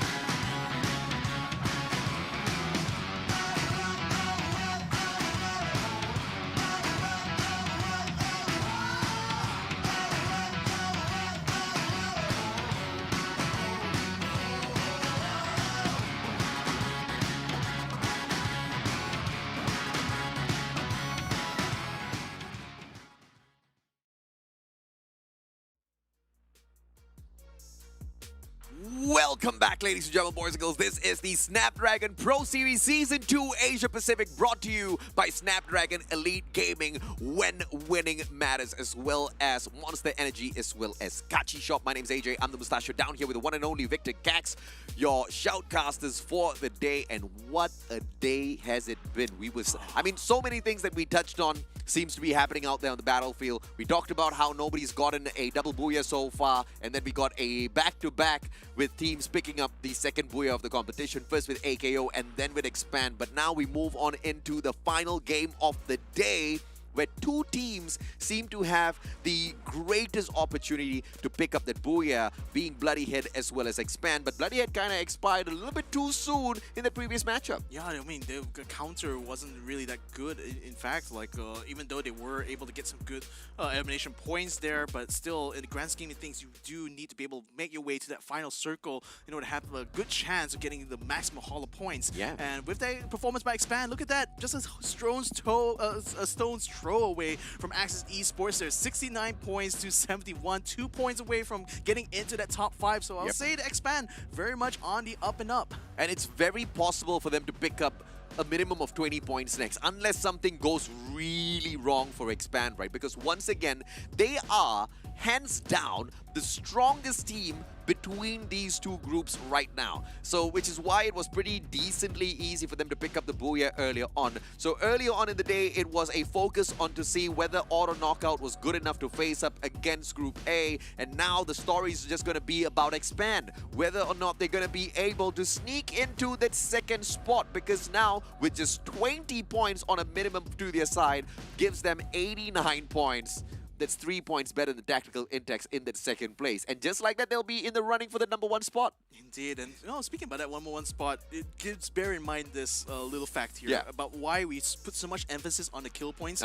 Kill points alone for Auto Knockout is already the same amount of points that Expand has in total. Yeah. So, it's still going to be quite an uphill climb for them, to be fair. But, it just goes to show that aggression really does bring massive rewards there for these teams here. It does. It most definitely does. But also, AB Radicals pose as quite the big warning for a lot of teams out there who want to get super aggressive, but also might get kicked out of the lobby a little bit too early, right? Because although AB Radicals is one of the better teams out there in comparison with a lot of other of the squads, they haven't been able to climb up the leaderboard as easily as what we expected them to do, because all of that aggression sometimes meets up very early and in these rounds. Yeah, that's the thing.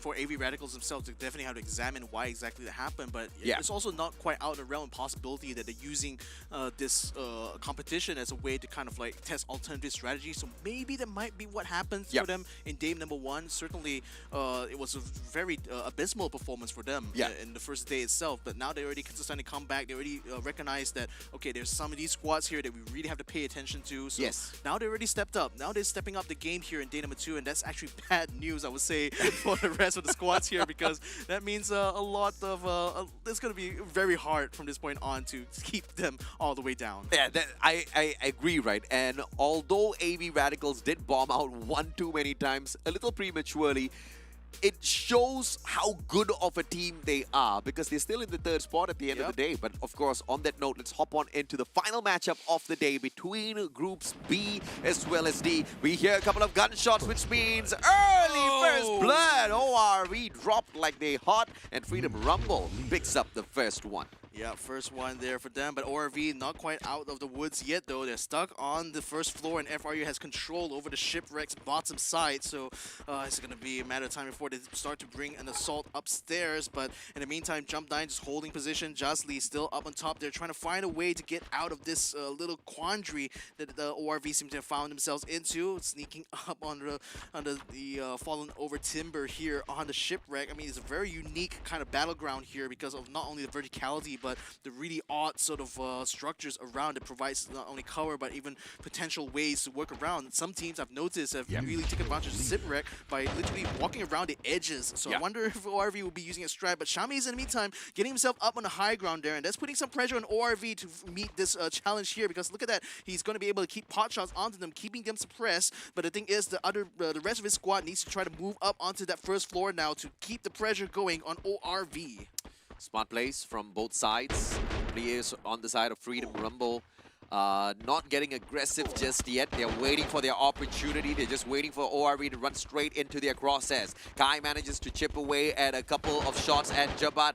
And it looks like Jabat Kids will just be teased by the glue wall. Melter goes in for the down. Kai backs away. Double revolver play. Goes up against an assault rifle. Assault rifle goes down.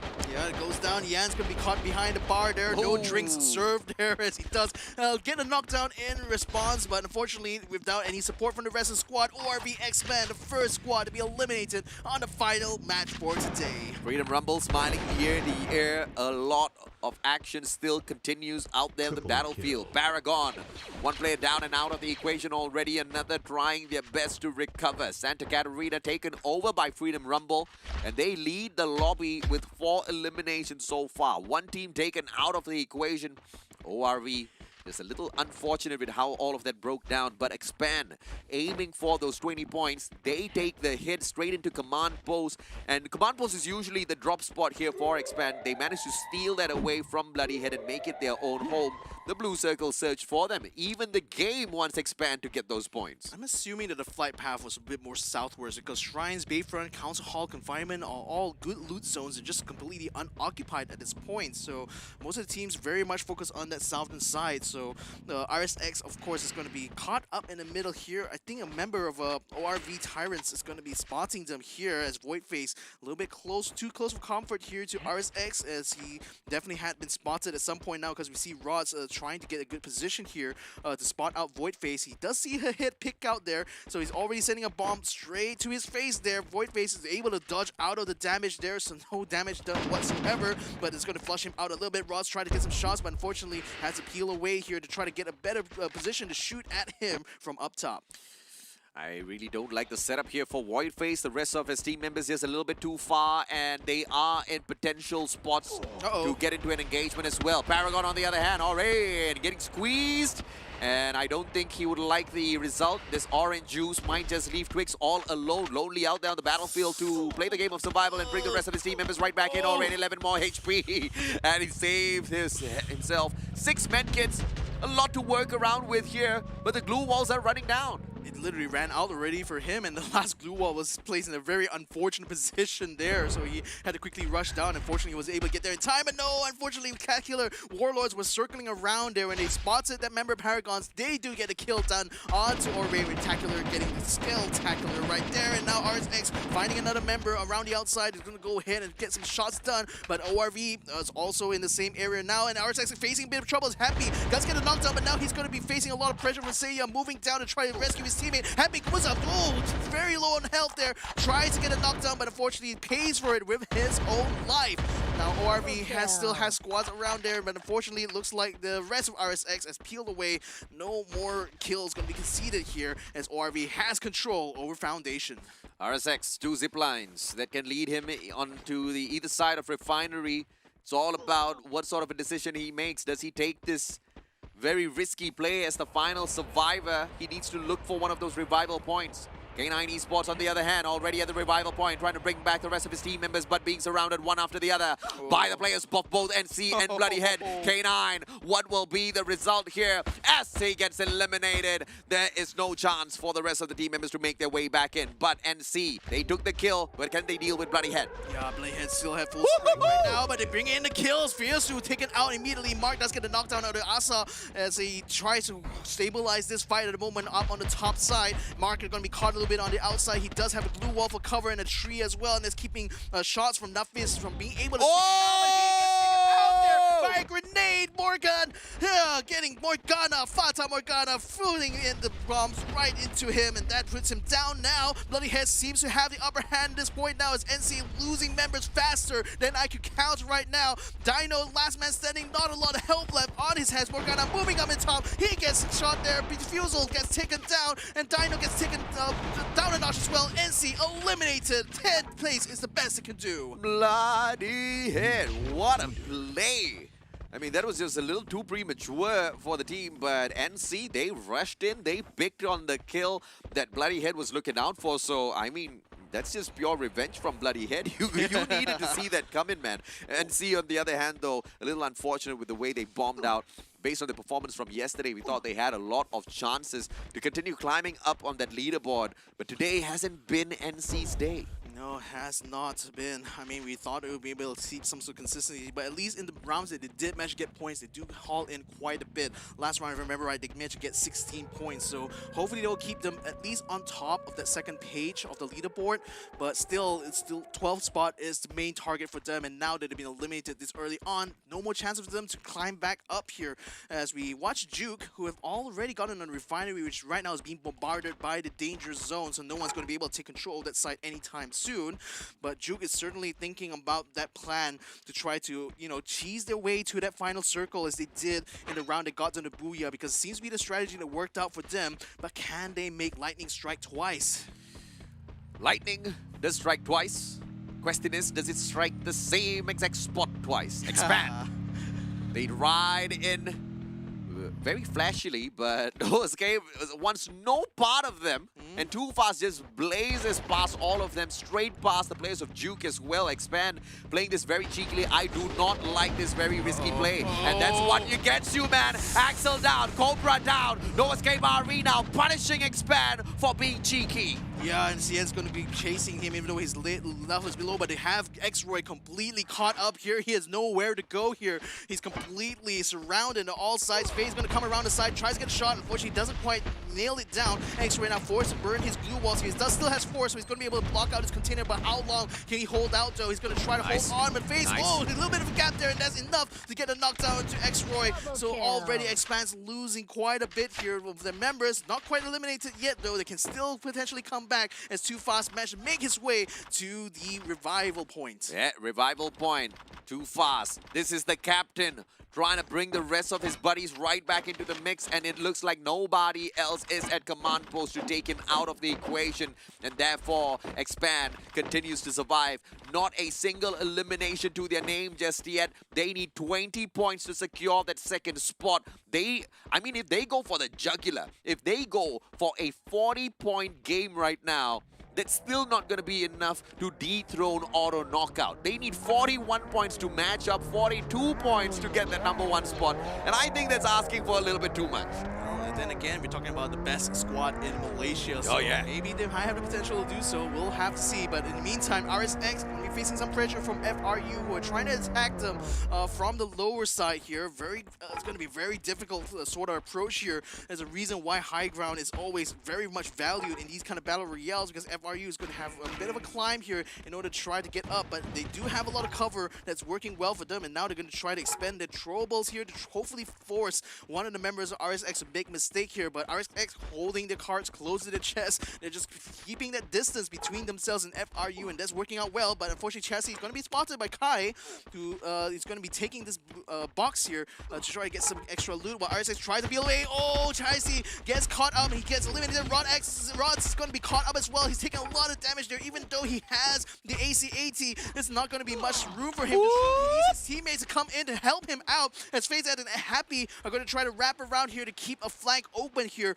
onto FRU to hopefully allow Rod ZZ to be able to bring out his sniper rifle. But now he needs to find some targets here in order to suppress FRU's assault right now. And FRU, they're just going to be using this cover at this point, so it's going to be a bit hard. Now Danny's going to try to jump up into the Happy here, who's up on the first floor. Kai around the outside. He's going to try to keep him suppressed all around the side. Danny's up on top, but then Fast is right across the street there, and he is unfortunately taken down by Voidface. ORV getting into the mix of this fight here. Oh boy, this is actually looking a little bit bad now for them, because FRU still has full strength, and now they have one member of RSX completely locked up in that first floor. I don't think Happy is going to be long for this world.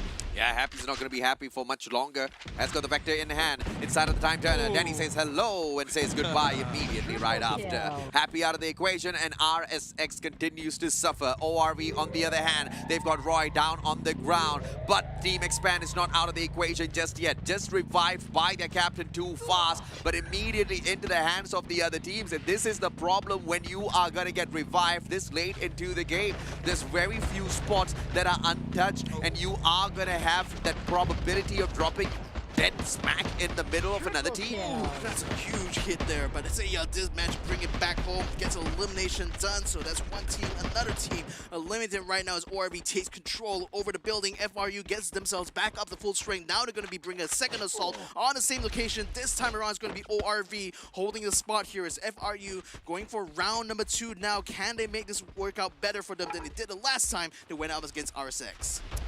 And see, the last time we checked on the overall leaderboard, they were in the 12th spot, so I guess that's objective well accomplished to get into the top 12. But obviously, you don't want to be sitting down in the 12th spot when you're aiming for the top 12. You want to be in a better position because, you know, things might happen out there on the battlefield that allows the other teams to just very easily climb up and replace you and kick you right down into the bottom 12. Expand still surviving with 2 more members. Their captain has gotten taken out already. The sacrifice that he made for the team a little bit earlier on seems to have been futile as the team members jump right back in, but to no available spots to bring back the rest of their team members. Now Expand just needs to play possum. Twix taken down and Voidface with a perfect headshot from up close personal. Twix had no chance whatsoever. Shinon will back away. Paragon with the 3 eliminations so far, they have to deal with the raging Freedom Rumble.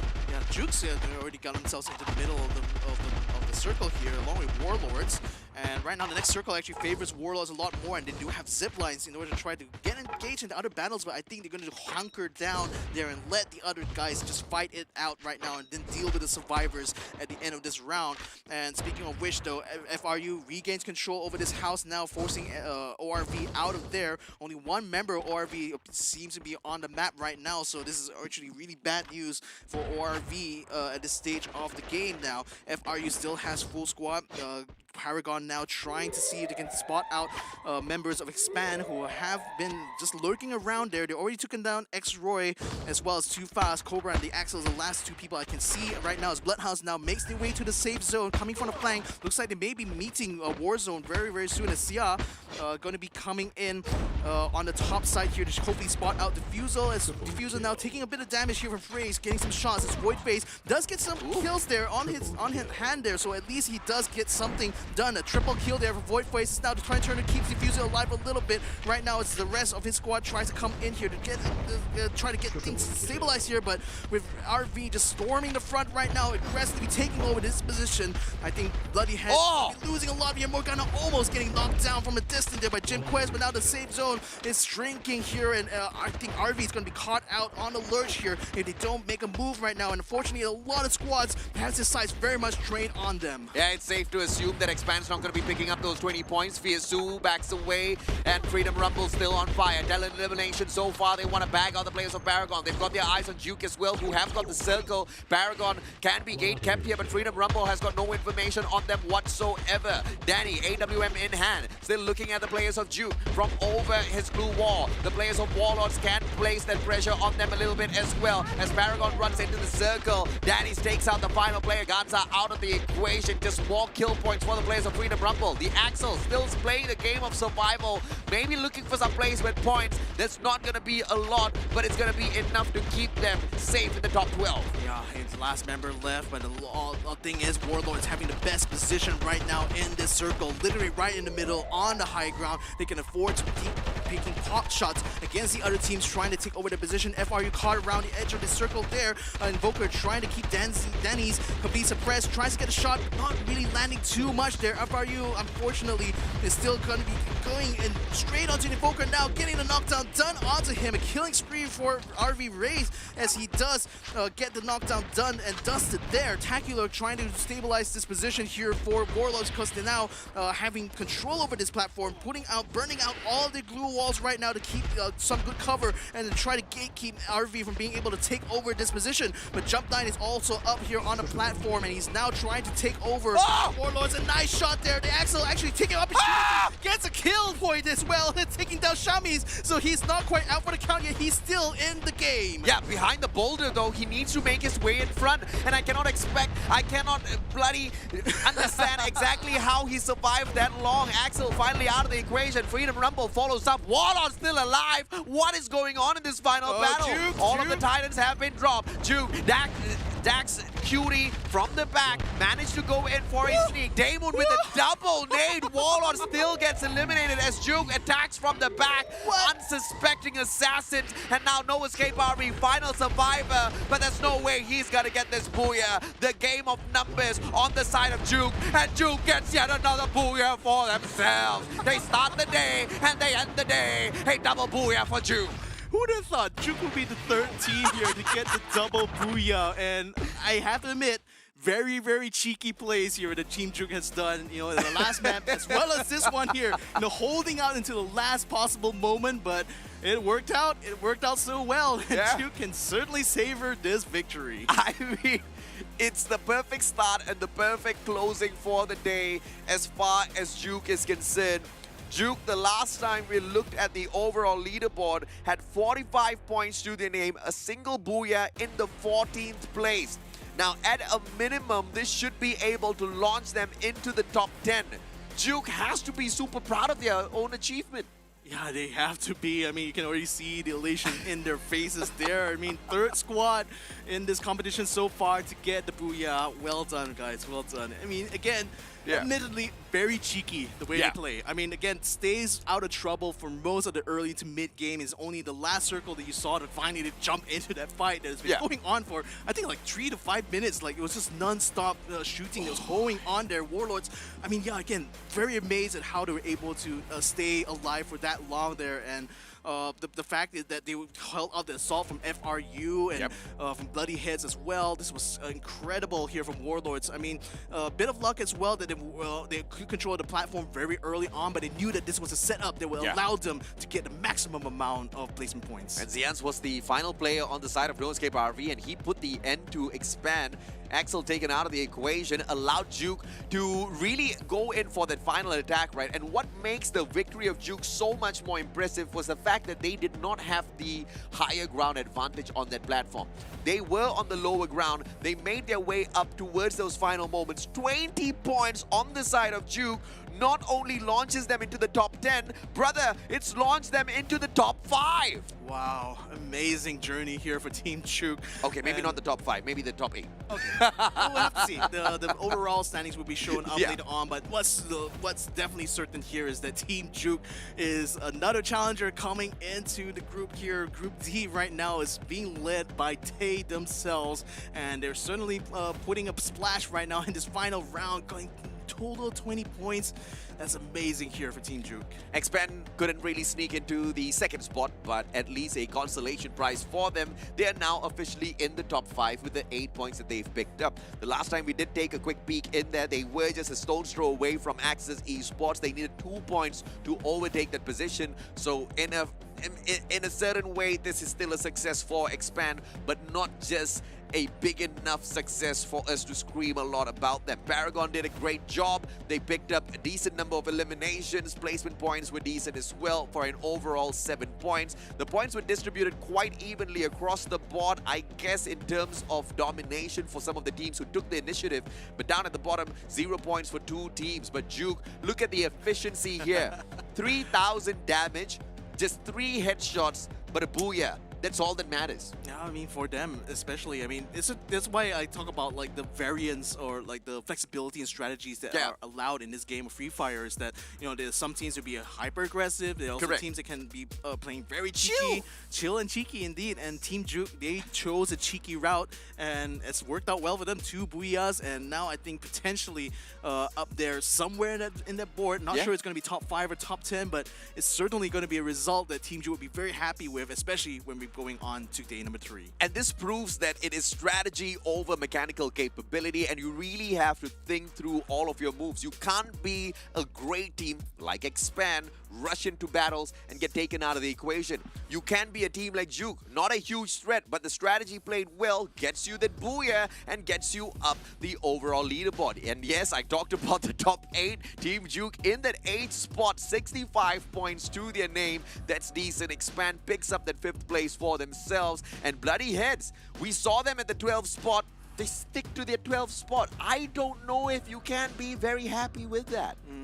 That's the thing. So in any case, right, the way I look at it as well is that Expand still has quite a bit of work to be done in the coming days here in this group stage, because no doubt the first day disappointment has handicapped their performance here, because if they actually did well in that first day, they would definitely be fighting amongst Tactical Index, AV Radicals for that third, the top 3 here. So yeah, a bit unfortunate for them, but nevertheless, good recovery effort for them so far, getting themselves shooting up. I think they were in the second page at the start of the day, going all the way up to the 5th spot right now. This is a very, very impressive climb. It's unfortunate that Expand's not able to dominate, but at the end of the day, there's not really a reward for those who dominate the competition. You are only looking for the top 12 spots to make it to the regional qualifiers. So by that standard, Expand has done a lot for themselves on the second day of play.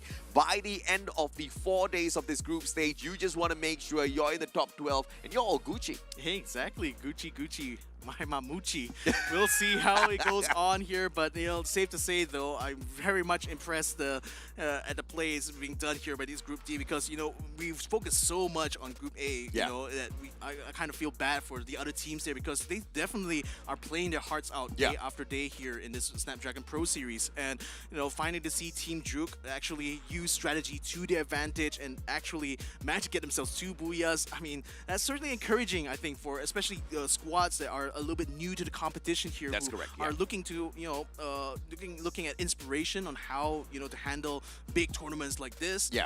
Team Juke shows that brains can still win over brawn. Let's take a look at tomorrow's schedule and see exactly what sort of action you guys can expect. We've shaken things up over the past 2 days in terms of the groupings that have been meeting up with each other. But now we hit the reset on the groups, but we move it into 2 different maps totally. No more Bermuda, no more Kalahari. Now it is the gameplay of Purgatory and Alpine. And I can tell you, AV Radicals as well as Expand, they know their way around Alpine. But there's another team who's waiting to pop off. That's Farang. They are monsters on this map. Yeah, I mean, it's a newer map in this pool here. It is natural that the stronger teams will put a lot more focus on these maps here, so that they will have that advantage that other teams wouldn't have necessarily coming in this one. So it's going to be very interesting coming into this one, because it's going to be a completely different battleground. Your strategies may have to adjust a little bit to accommodate this new battleground. Loots as well, you're going to have different drop points and different areas that you really want to focus on here. So it's going to be fantastic for these squads here, and that's a challenge that we really want to bring to our squads here in the Snapdragon Pro Series. Tomorrow is pretty much a great big reset, because yes, it's the exact same teams, but just like you pointed out already, Victor, it is a brand new map, which means you don't know the drop spots. Even though some of the bigger teams have been in participation in recent tournaments, you don't know if or not they're going to occupy the exact same drop spot. What if they've managed to change that around already? So there's no assuming. If you assume, you might just make a great big mistake. Tomorrow is where they will have to reassess the situation. But ladies and gentlemen, boys and girls, all of this crazy action in here today is because of 3 main sponsors. We've got Snapdragon Elite Gaming. When gaming matters, you want to pick them up alongside Monster Energy. They've been fueling us shoutcasters as well as all of the players out there on the battlefield throughout the whole competition so far. Yeah, and of course, if you are running low on your credits, check out kachishops.com/my. They provide plenty of deals, plenty of steals, and maybe even some discounts to go into the mix as well. Check them out for all your favorite mobile games there. So, in any case, this is the end of the day right now. It's been a pleasure joining us in this journey right now. Thank you all so much for watching here, especially all of you who have started the day together with us here. So, from us here, my name is Victor Cax. Here is Mustachio. We'll see you again next time here at the Snapdragon Pro Series. But until then, good night and good luck.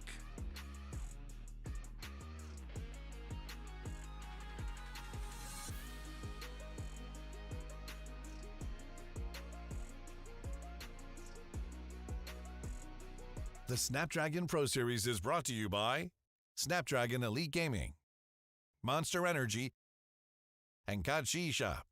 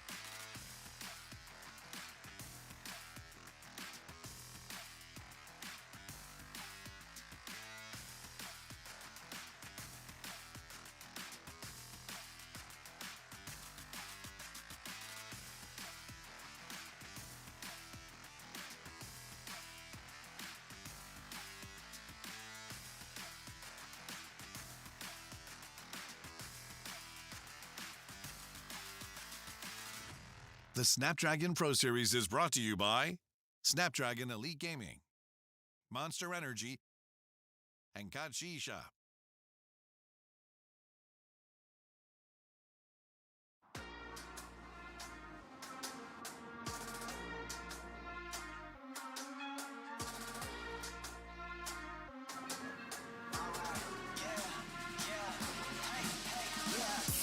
Won't stop going till a player on top know it. Rooftop, penthouse suite. If you really want it, gotta own it. Fight through it, we was at the lowest. Blood, sweat, tears, the components. Riding all year, now's the moment. We are not friends, we are opponents. Yeah, I'm coming for mine. Yeah, I'm making a play, the game on the line. Yeah, I've been on the grind. Yeah, I jump in the spot, I made it my time. Yeah, look in the sky. Yeah, the stars align, no shade to shine. Can't stop it already. Emotional, working devotion. We put in this time. Look, you won't stop.